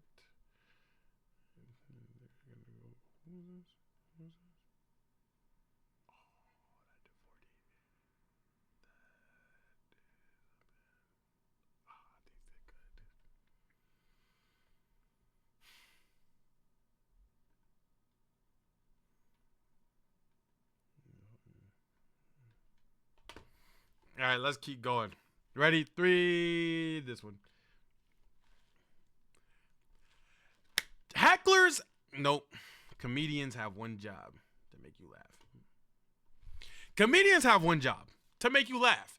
And sometimes it might get a little bit out of hand, specifically for the people in the audience. And we're going to see some of the biggest crash outs take it just a little bit too far when the segments get a little too real. This is when hecklers try to fight comedians by Cube Hub 01. Welcome back to Stanley Live. Let's get into it. Let's go.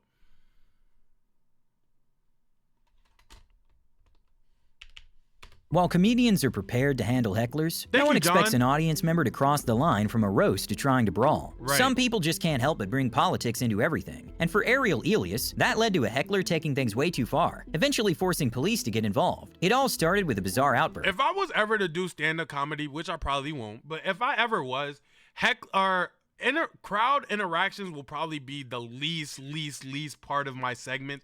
And I mean down to like a 1%. I just have no interest. I want to tell the jokes. I want to interact, like make you laugh, and then that's it. I'm not a big fan of the crowd interactions whenever they joke on them. What's your question? Did you vote for Donald Trump? What do you think? No. Okay. So you voted for Biden. What does it matter? I can just tell by your jokes you voted for Biden. I'm not gonna lie, she sucks. Yeah, not the comedian, the girl in the crowd. Oh my gosh. That sucks. You suck for that. I'm not gonna lie. She was attempting to get mad. Ariel hadn't even mentioned politics. Oh my gosh, and she doesn't care about nobody else's vibe in the room that she ruined. She sucks. During her set, so it came totally out of left field. But then the heckler's husband took things to another level. I'm so insecure. I went and got an IUD. Oh my god. Ariel took the scare like an absolute champ. She grabbed the can and took a graceful sip. The couple dipped really fast, and in an insane twist, she decided not to press charges. If you're sensitive... Nice. No, the comedian who heard the shorty, absolute amazing work. Because, like, the worst thing that you could do is give them the reaction they want. Comedy jokes are not for you. Case in point, a group of wrestlers sitting front row at a Grant Lyons show. They kept heckling, but things really hit a nerve when he said the one thing you never say to a wrestler, that wrestling is fake. You guys are the most delightful crowd ever, because they know how much I want to kick you in the goddamn teeth right now. I mean, I'm not going to, because you fight for a living. I mean, but let's be honest, you fake fight for a living, all right? Yeah, you're gonna come up here, are you actually gonna come up on stage? What are you gonna do about it? Oh, I'm not backing down, bro. Oh. That's assault. That's a case. Are none of the comedians, like, you feel me, pressing nothing? Because that is crazy. Also, that move was weak. That move was, in fact, weak. Surprisingly, Grant did not back down after getting kneed. Instead, he just got closer to the wrestler, who quickly retreated to his seat. You literally just tried to knee me. Yeah, and now he's trying to act all buddy-buddy with him after intimidating him. Like, oh, bro, it was a joke. That's not how you tell jokes. That's not a joke, bro. The balls. That is the biggest bitch move ever, bro. He's literally trying to play it off like it's a joke. Girls go for the balls. The real question throughout his entire interaction is, where was security? This seemed like a massive oversight from the venue. Some people take their political beliefs way too seriously, and this heckler at John Caparulo's show is a perfect example. She went completely off the rails over a very light joke about the president. People think it looks like a dick, but I think they're saving that design for Trump's monument.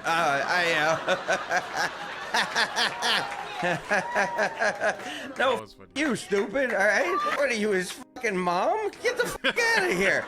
Oh, God, am I the first one to dislike Trump? Oh, my God, I must have invented disliking Donald Trump. But even John could never have expected the sheer level of sensitivity he... Here's the thing. Going to a comedy show, knowing you're a sensitive individual and or knowing you have topics that you are extremely sensitive about. And then, it's not about being emotional. Everybody's allowed to have an emotion.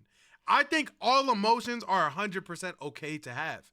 But it's what you do once you have the emotion that is not okay, depending on how you show the emotion that you're feeling, right? Because you're in a setting where things are supposed to be joked about, and nobody's intentionally trying to offend you with the joke in the setting that jokes are allowed.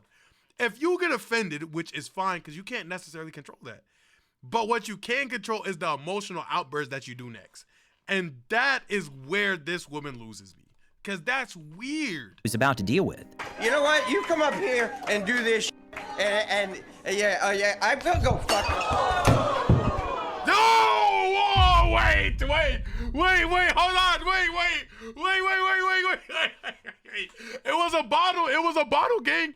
No, wait, bro, please let her go. Oh my gosh, bro, please let her go, bro, please. Yo,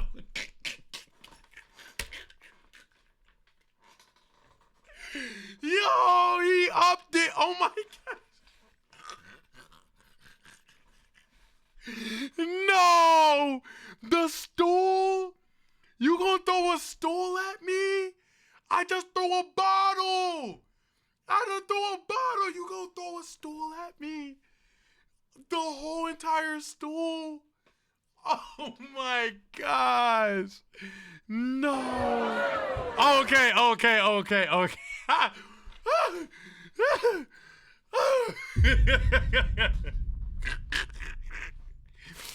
Oh my gosh.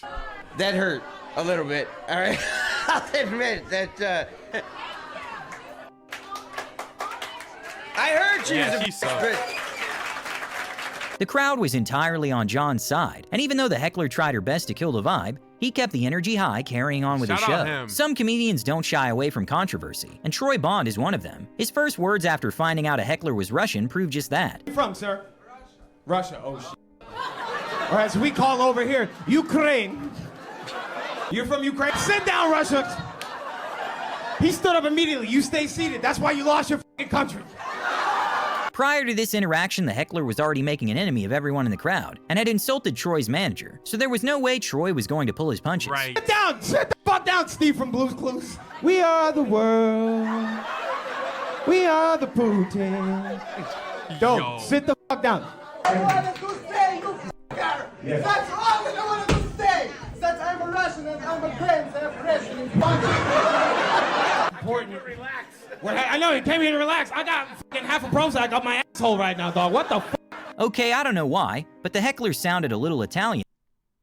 I'm not gonna lie though.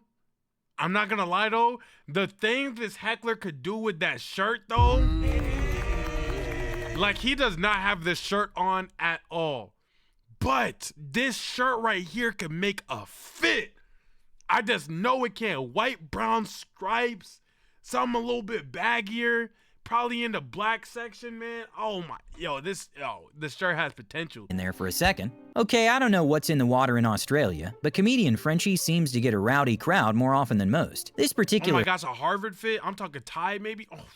heckler started things off by demanding Frenchie chug his drink. It's a fucking art. You're scared? Shut the fuck up. Did you pay $40 to just watch someone scull a beer? You're Facts. you okay?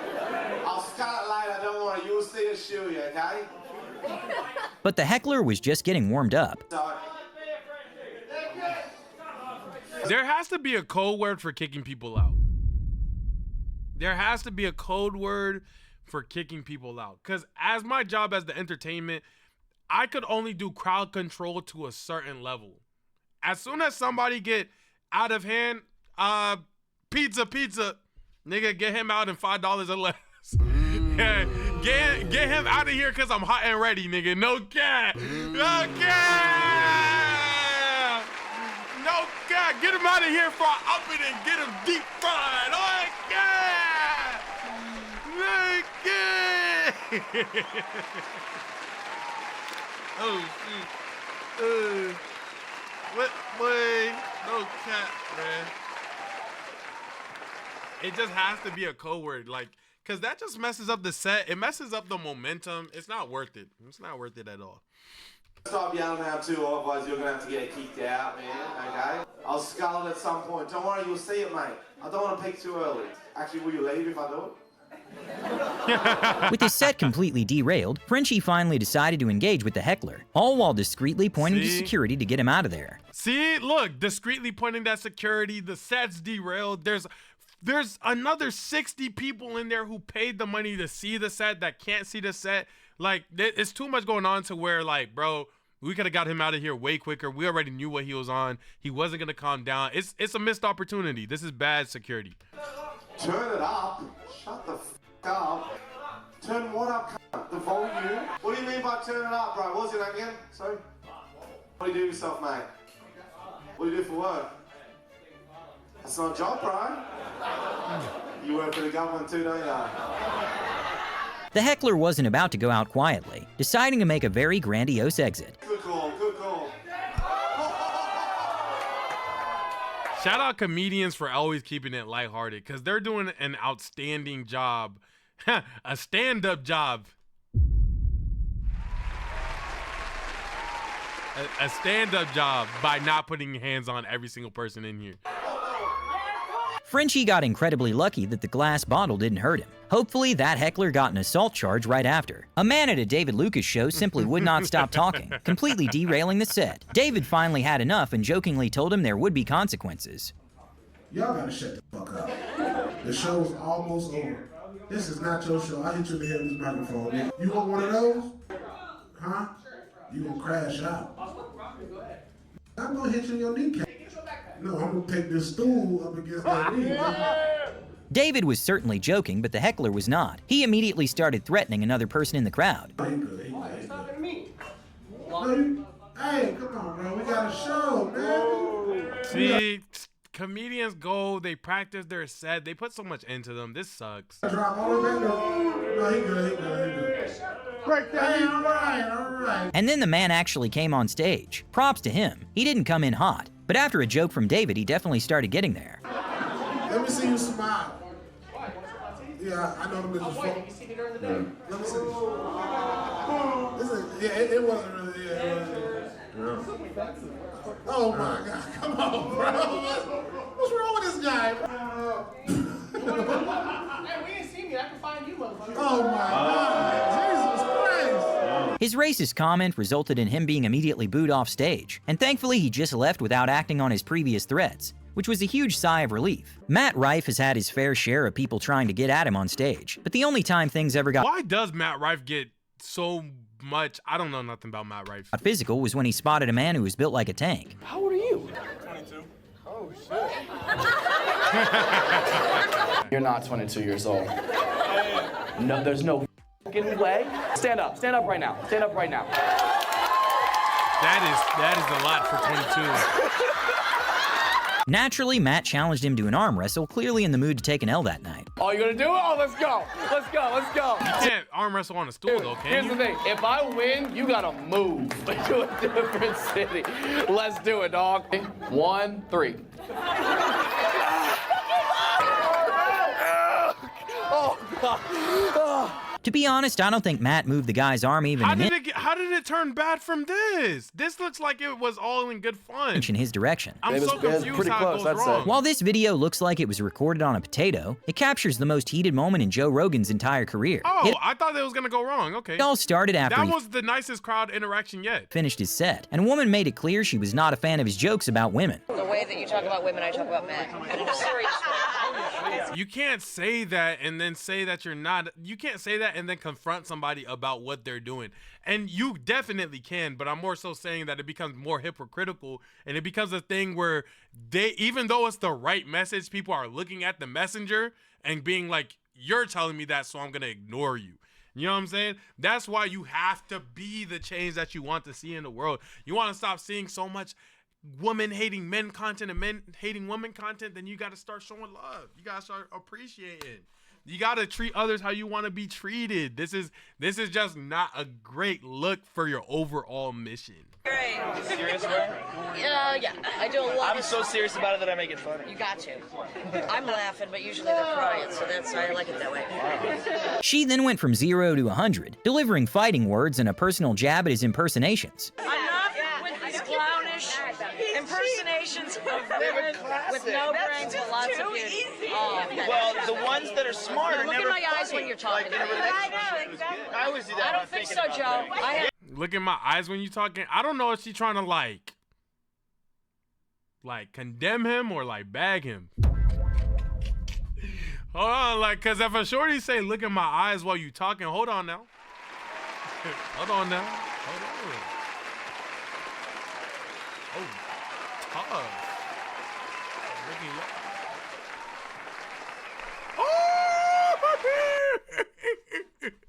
Oh, yes, I do. Stop the dumb intimidation stuff. I was thinking. I'm allowed to think. I think I look down.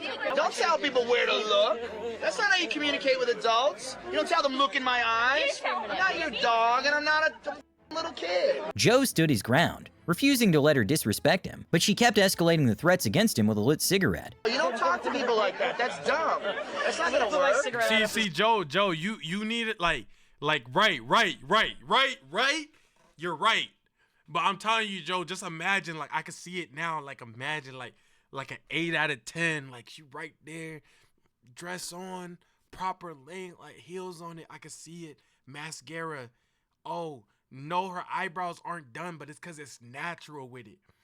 Oh, and it's curly up top. It's curly up top. Four. It's like a 4C. It's like a 4C. She tell you, look in my eyes when I'm talking to you. Oh, I can see it right now. Oh, I can see it right now. Oh, I can see it right now. I can see it. It's right there. It's right there. Hold on, I can grasp it. I can grasp it. Oh my God. Oh my God.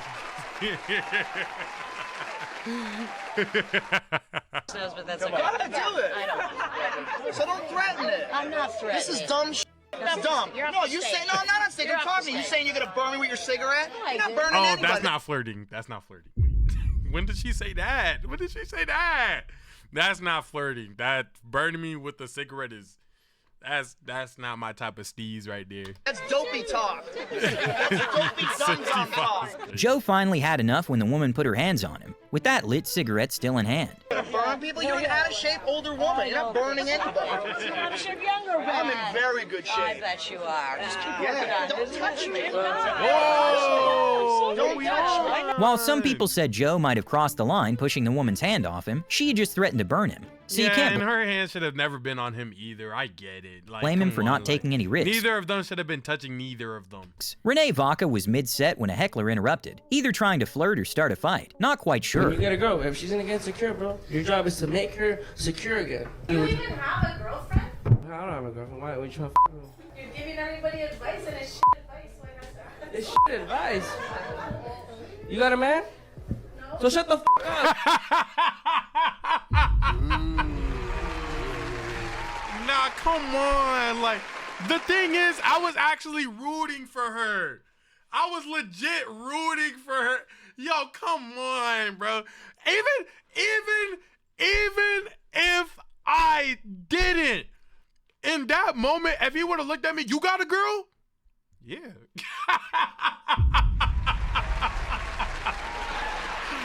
Man, what? Even if I didn't, I'm gonna lie. Why would she let him have that? Oh my gosh, clock that T. No, she got clocked for no reason. She could have won that. She could have won that. Oh my, I'm hot for her, bro. Renee read that play from across the field. Troy Bond didn't have to fight a heckler. He had to break up a fight between two hecklers who were apparently competing to see who could make the show about them first, instead of the person they paid to watch. I don't like German Shepherds either. They feel racist. You say German Shepherds, you don't like them either? What did the German Shepherd do to you? Show me on the dog where he touched you. No matter what, they're just no, they're fucking not. Okay, wait, Civil War, wait, let me do the talking. No. An unstoppable force meeting an unmovable object. Two Karens going against each other about dogs. Oh, it's over. The humanity. I'm not gonna lie, bro. That's an S-level rank mission, bro. You're not surviving, bro. It's casualties in the building. Every manager within a 50-foot radius is getting called. It's over. It's over, bro. Sit down, sit down, sit down, sit down, Super Karen. And you shut the f up too. I know you're ready to fight. Avenger level threat facts. Your German Shepherd. Both of you, listen to this. After de-escalating the physical fighting, the hecklers decided to turn up the heat on the verbal aspect instead. I don't think there's a such thing as a bad dog. I think there's bad dog. Owners. Oh, thank you. I got this part. You do the drunk part. No one has loved me except you. We're in a fight. Yeah, because everyone was lying. It's not that everyone has loved you, it's that they've tolerated you. They look straight and they go, God. Showed up. Oh, wow. Yeah, because that's how it works. Work. You go in, you clock out, you go to the next job. Are you trying to win a fight against somebody who's paid to be funny? I will bully you into a suicide note, bitch. Troy seemed to finally make them understand who actually holds the mic, and both hecklers went quiet for the rest of the night. I'm not gonna lie, Troy kind of handled that. I'm not gonna lie, that was actually good usage of free will right there. Dang, if you guys enjoyed that video, make sure you like right there, man. Make sure you like, oh wait, no, not like, make sure you watch this video right here. I guarantee it's entertaining as well, and so does YouTube. That's why it's there. And I'm gonna catch you guys in the next one. With that being said, goodbye. Peace. That was fire. That was a good video. That video like woke me up. And then we're gonna do this one, and then there's gonna be my last one. This one right here is gonna be the last one. Oh, hold on, let me take this back.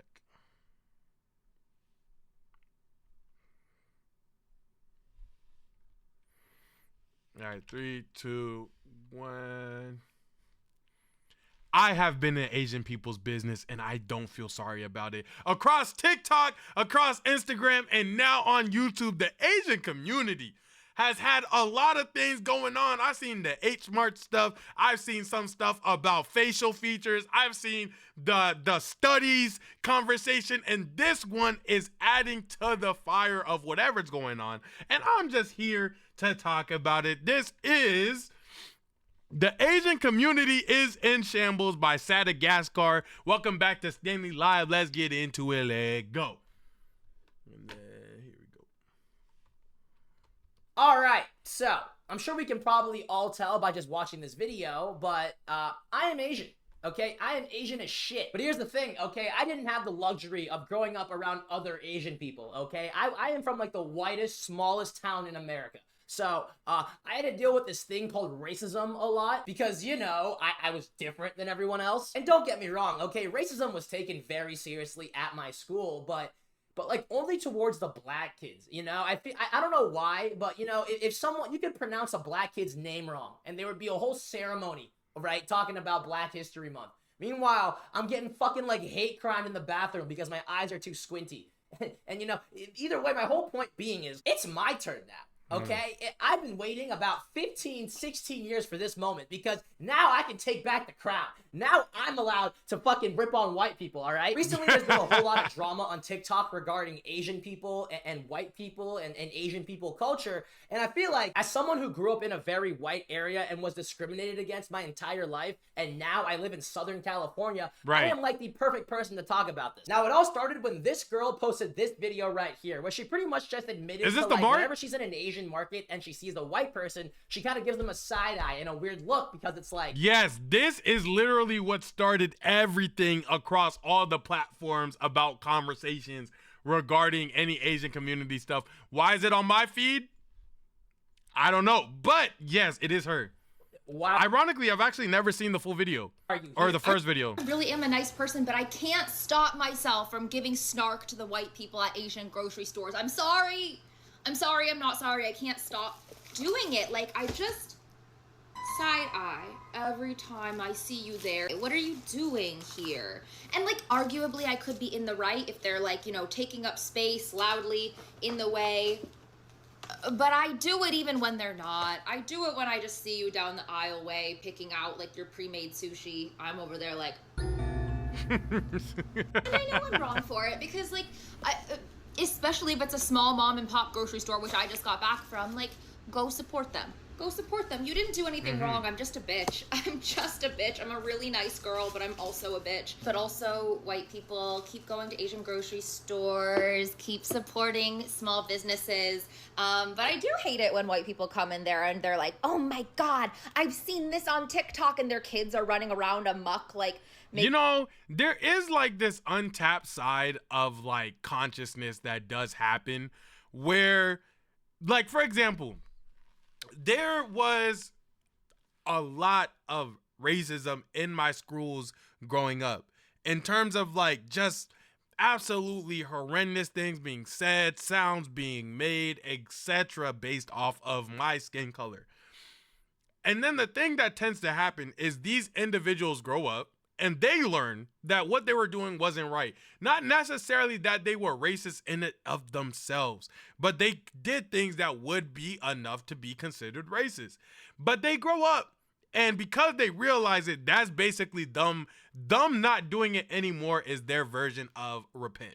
Meaning like, oh, I'm not part of that, so I shouldn't have to suffer for any of the blah, blah, blah, blah, right? And then they end up going to the spaces as such, not understanding that the people who still live through that still understand that though you're not that now, those things did happen. And any of the emotions comes from those past transgressions. And then, obviously being on the other end of it, the ideal comes into play that how long do you want to harbor those feelings until you forgive us for doing that? It's like, outside of you growing from it, we genuinely didn't benefit any kind from you being in this place now because you are just a random person in the street and those emotions are still harbored. So seeing you in places and occupy those spaces now after being so tormentive in like our lives beforehand is a little bit jarring. And by y'all, obviously I'm not talking about everybody. It only applies to the people that it applies. It's a weird idea or phenomenon that you could really think of, that it was people who back in the day did not like you and now they like everything that you encompass, and now it just leaves you in a weird place. So I see where she's coming from. Being a disaster for people that are just like buying their regular weekly groceries. I do hate that, but like, most of this is on me, and I'm sorry, but I'm also not sorry. Sorry. Now, obviously, this video went super viral and it was super controversial, but from what I've gathered, the only people who really seem to have an opinion on it are other Asian people and black people. You know, for some reason... It's been all over our timelines. I don't know why. No white person seems to give a shit about any of this, but all of Asian TikTok is talking about it. Now, when it comes to people's opinions on this, you kind of have like 4 different groups, okay? You have the Asians who are like dying on this hill. You know, they're like, I don't want white people in my grocery stores, blah, blah, blah. And then you have the Asians who don't really get it. They're like, bro, this is fucking racist, blah, blah, blah. You're making a bad image towards white people, blah, blah. You know what I'm saying? And then you have the Asians who don't really care. You know, that's kind of like me. And then you have black people who for some reason are really entangled into this, and they're always on our side. And when it comes to the psychology behind it, it's probably because it's definitely from what I would imagine familiarity. I butchered that word. In the sense of like being able to synonymize your experience currently that she's going through with our experiences that we have been through.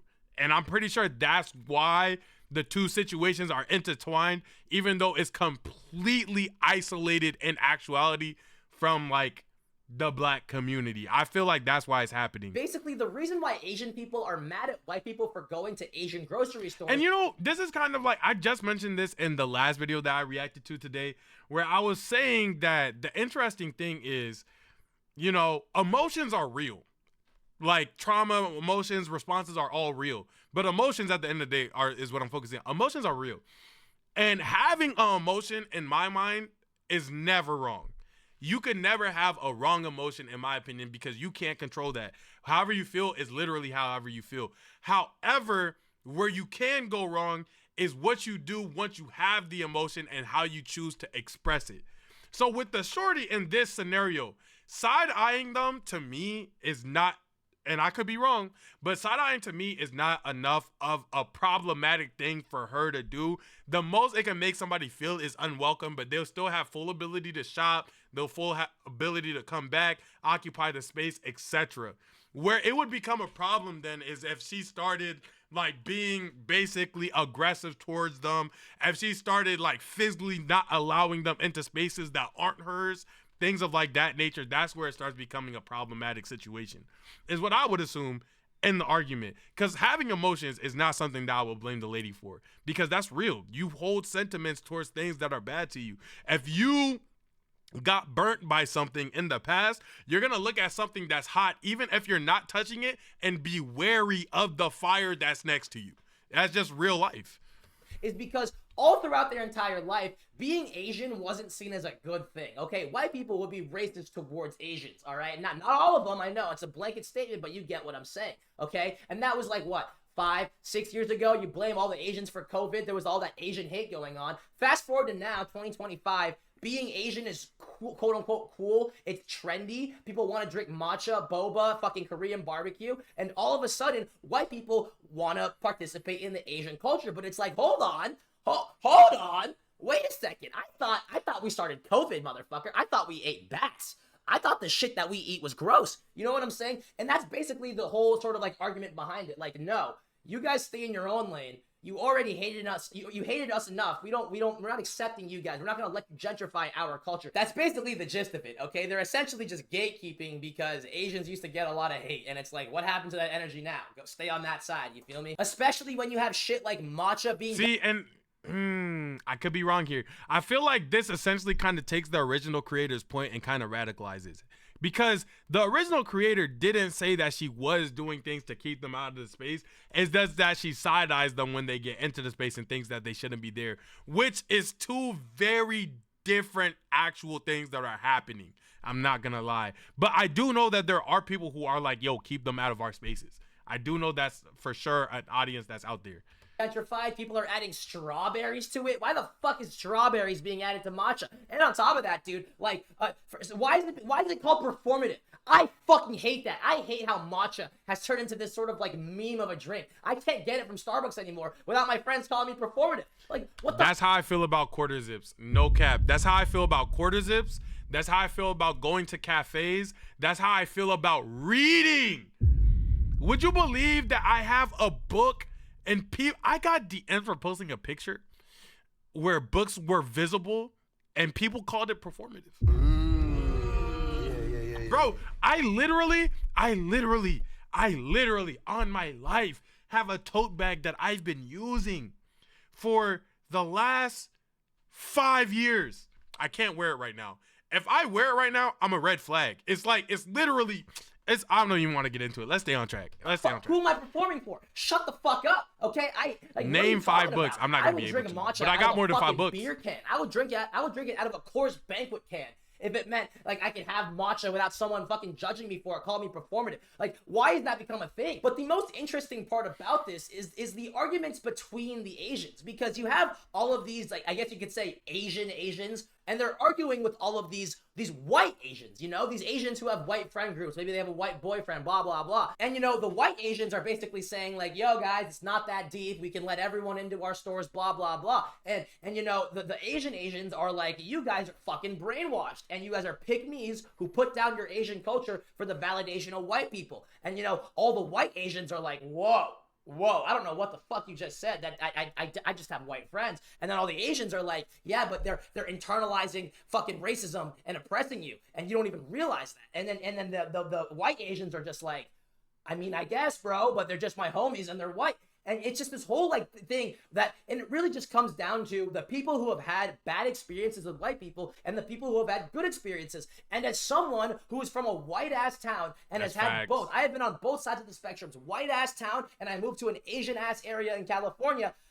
It's just so interesting to me, because white acceptance is a real fucking thing. Okay, like I said before, as someone in a white area who moved to an Asian area, I was envious of the Asian people who had Asian friend groups and knew a lot of Asian people, right? But then I find out that there's Asians out there who think that's bad. That there's Asians out there who value the validation of white people. And that is why you have this sort of contrast between the Asians and the white Asians. Because the white Asians have failed to see how white people have oppressed Asians because they value white validation so much. Okay, there is a reason why Asians are arguing with Asians about this H-Mart bullshit, but when it comes to the black people talking about it, they just get it like this. They immediately get it. You know why? Because black people have always been fucking discriminated against by white people to a much larger extent. To the extent where they have to make colleges like HBCUs. They have to make safe spaces for black people to be able to attend colleges because of how oppressed they are in America. Okay? So it's the same fucking logic, all right? When Asians have been ridiculed and made fun of for what they eat forever, all right? And all of a sudden, they have this safe space where it's only Asian food, where they won't get fucking judged for it. Now white people want to jump in on it because it's fucking trendy, because everyone's talking about it. Oh, Korean skincare, this, that, and the other. No.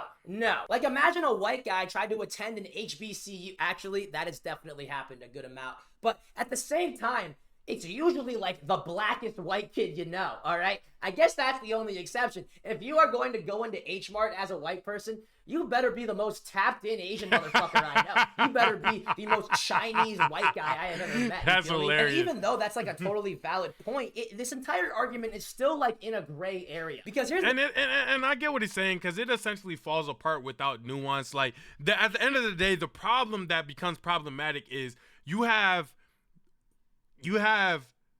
3 things. You have Caucasian people who are racist. You have Caucasian people who used to be racist. They don't identify as racist anymore, so they don't see themselves as racist. And then you have non-racist Caucasian people. So 2/3 of this group of people don't see themselves as the problem, yet they're getting lumped in as everybody. And it becomes a problem because they're like, we didn't do anything. Why did we not be able to? But it's more so that they're lacking, or the group or the subsection of the totality of the people being accused is lacking the perspective of, dang, we're being viewed like this because of this right now, and that's why it's happening. Now, whether that changes how you go about your life or not, but it's more so like that's where the understanding should come from.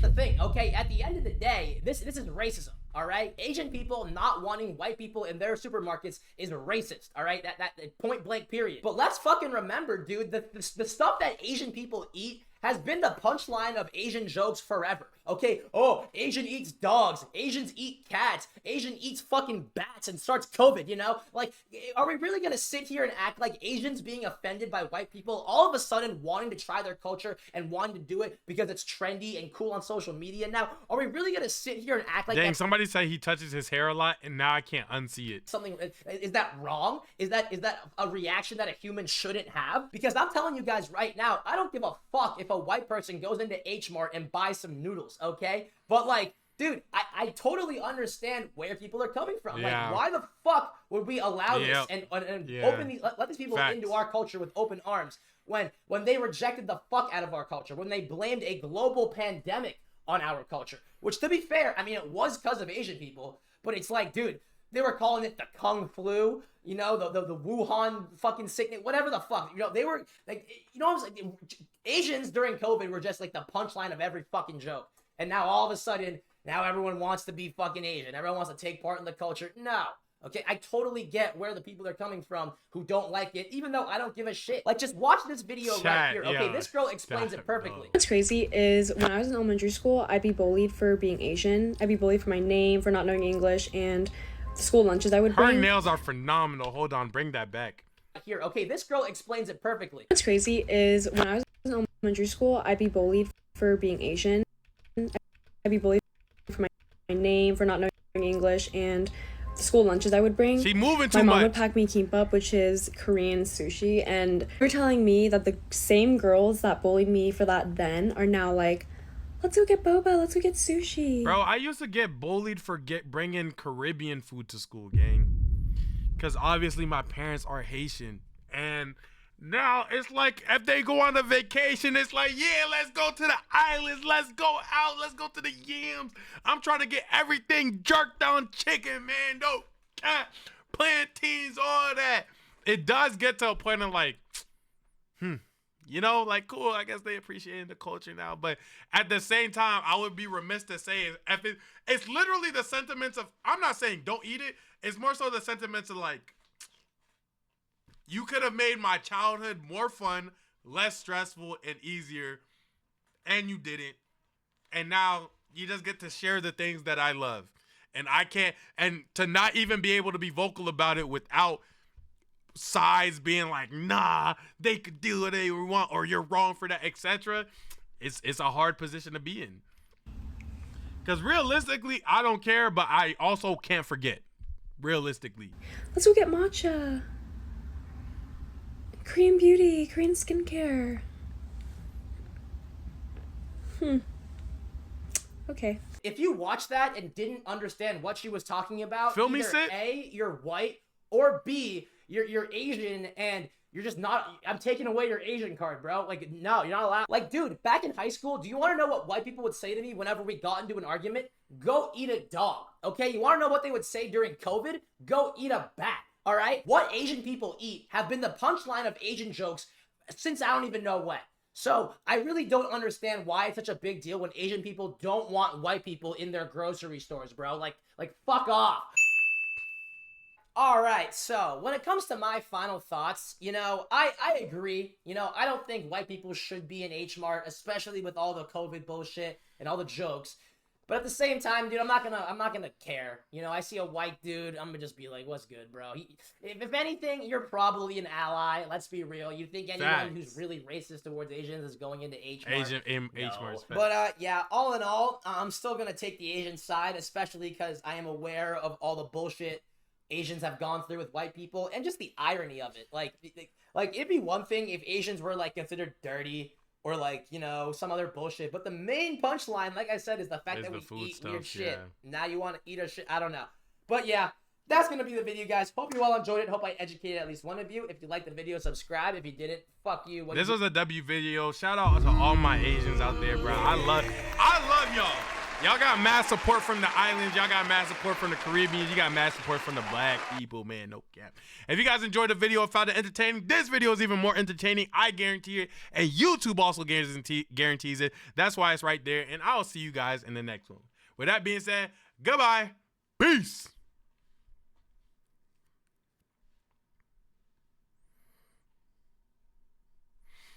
All right. think that was it for me. That was it for me, chat.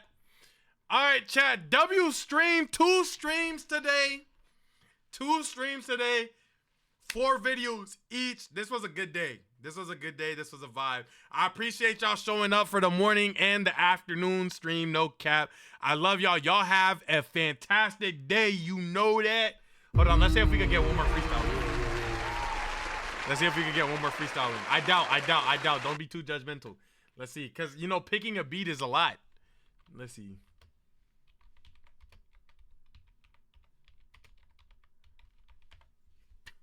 Let's see if we can get one more beat in.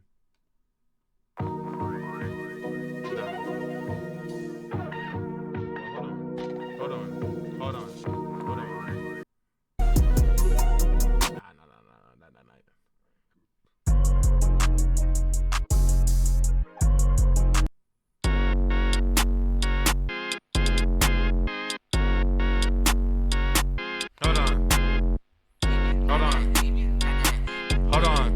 Hold on.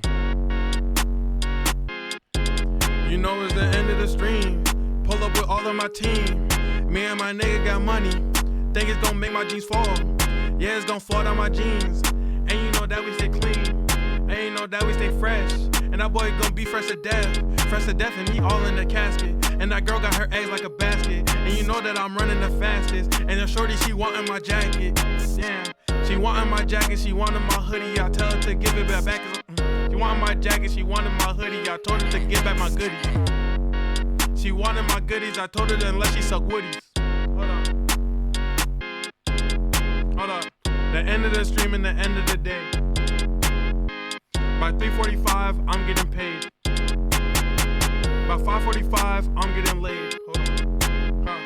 By 6:45, we did it again. My nigga gon' take a hook right to the chin. She got 2 of her friends. So my nigga gon' pull up, we do it 2 man. I couldn't cap, I couldn't go shoot on the Glock. I just passed the Glock right to my man, he shooting the can. And I know that the stick gonna jam. And I know that these niggas is green as inside of the field, so I call them the same and I am. Hold on. Somebody give me a trophy. Somebody give me a trophy. Somebody give me a medal. My niggas put hundreds outside of the desk like he putting his foot all inside of the pedal. Talking that hot shit, I feel like a kettle. He was just tall, now he a little. Hold on. Now he's small. Now he a baby. Talk to me crazy. Hold on. He a baby. Somebody come through and then spank him. Shorty asked me, she look good. Oh my God, I can't rank them. I can't rank my thoughts. They go through a lot. I can't lie, I switched the plot. Go in reverse. Putting that boy in a hearse. He say he's scared, he praying for life. I told him go to the church, he probably get murked. I'm putting that boy on my shirt. Probably gonna smoke him like perk. These niggas is jerks. You know that I got a little shorty in Barbados and another in Turks. Damn. We taking vacations, we patiently waiting. She fucking with me cause she liking the Haitian. I know what she doing, so I do it for the nation. Damn. And you know that I cap like I'm on graduation. I can't even cap, man. She going around all the village and places. I think that she sanctioned. Damn. But I need me a little shorty that's a. Yeah. I need me a shorty that's foreign and pouring. She got that kitty like corn, I'm soaring. Hold up. She said, Stanley, you know you the one I'm adoring. Hold on. Too much. Damn! Alright, Chad, I'll catch y'all in the next one, man. Goodbye. Have a great day.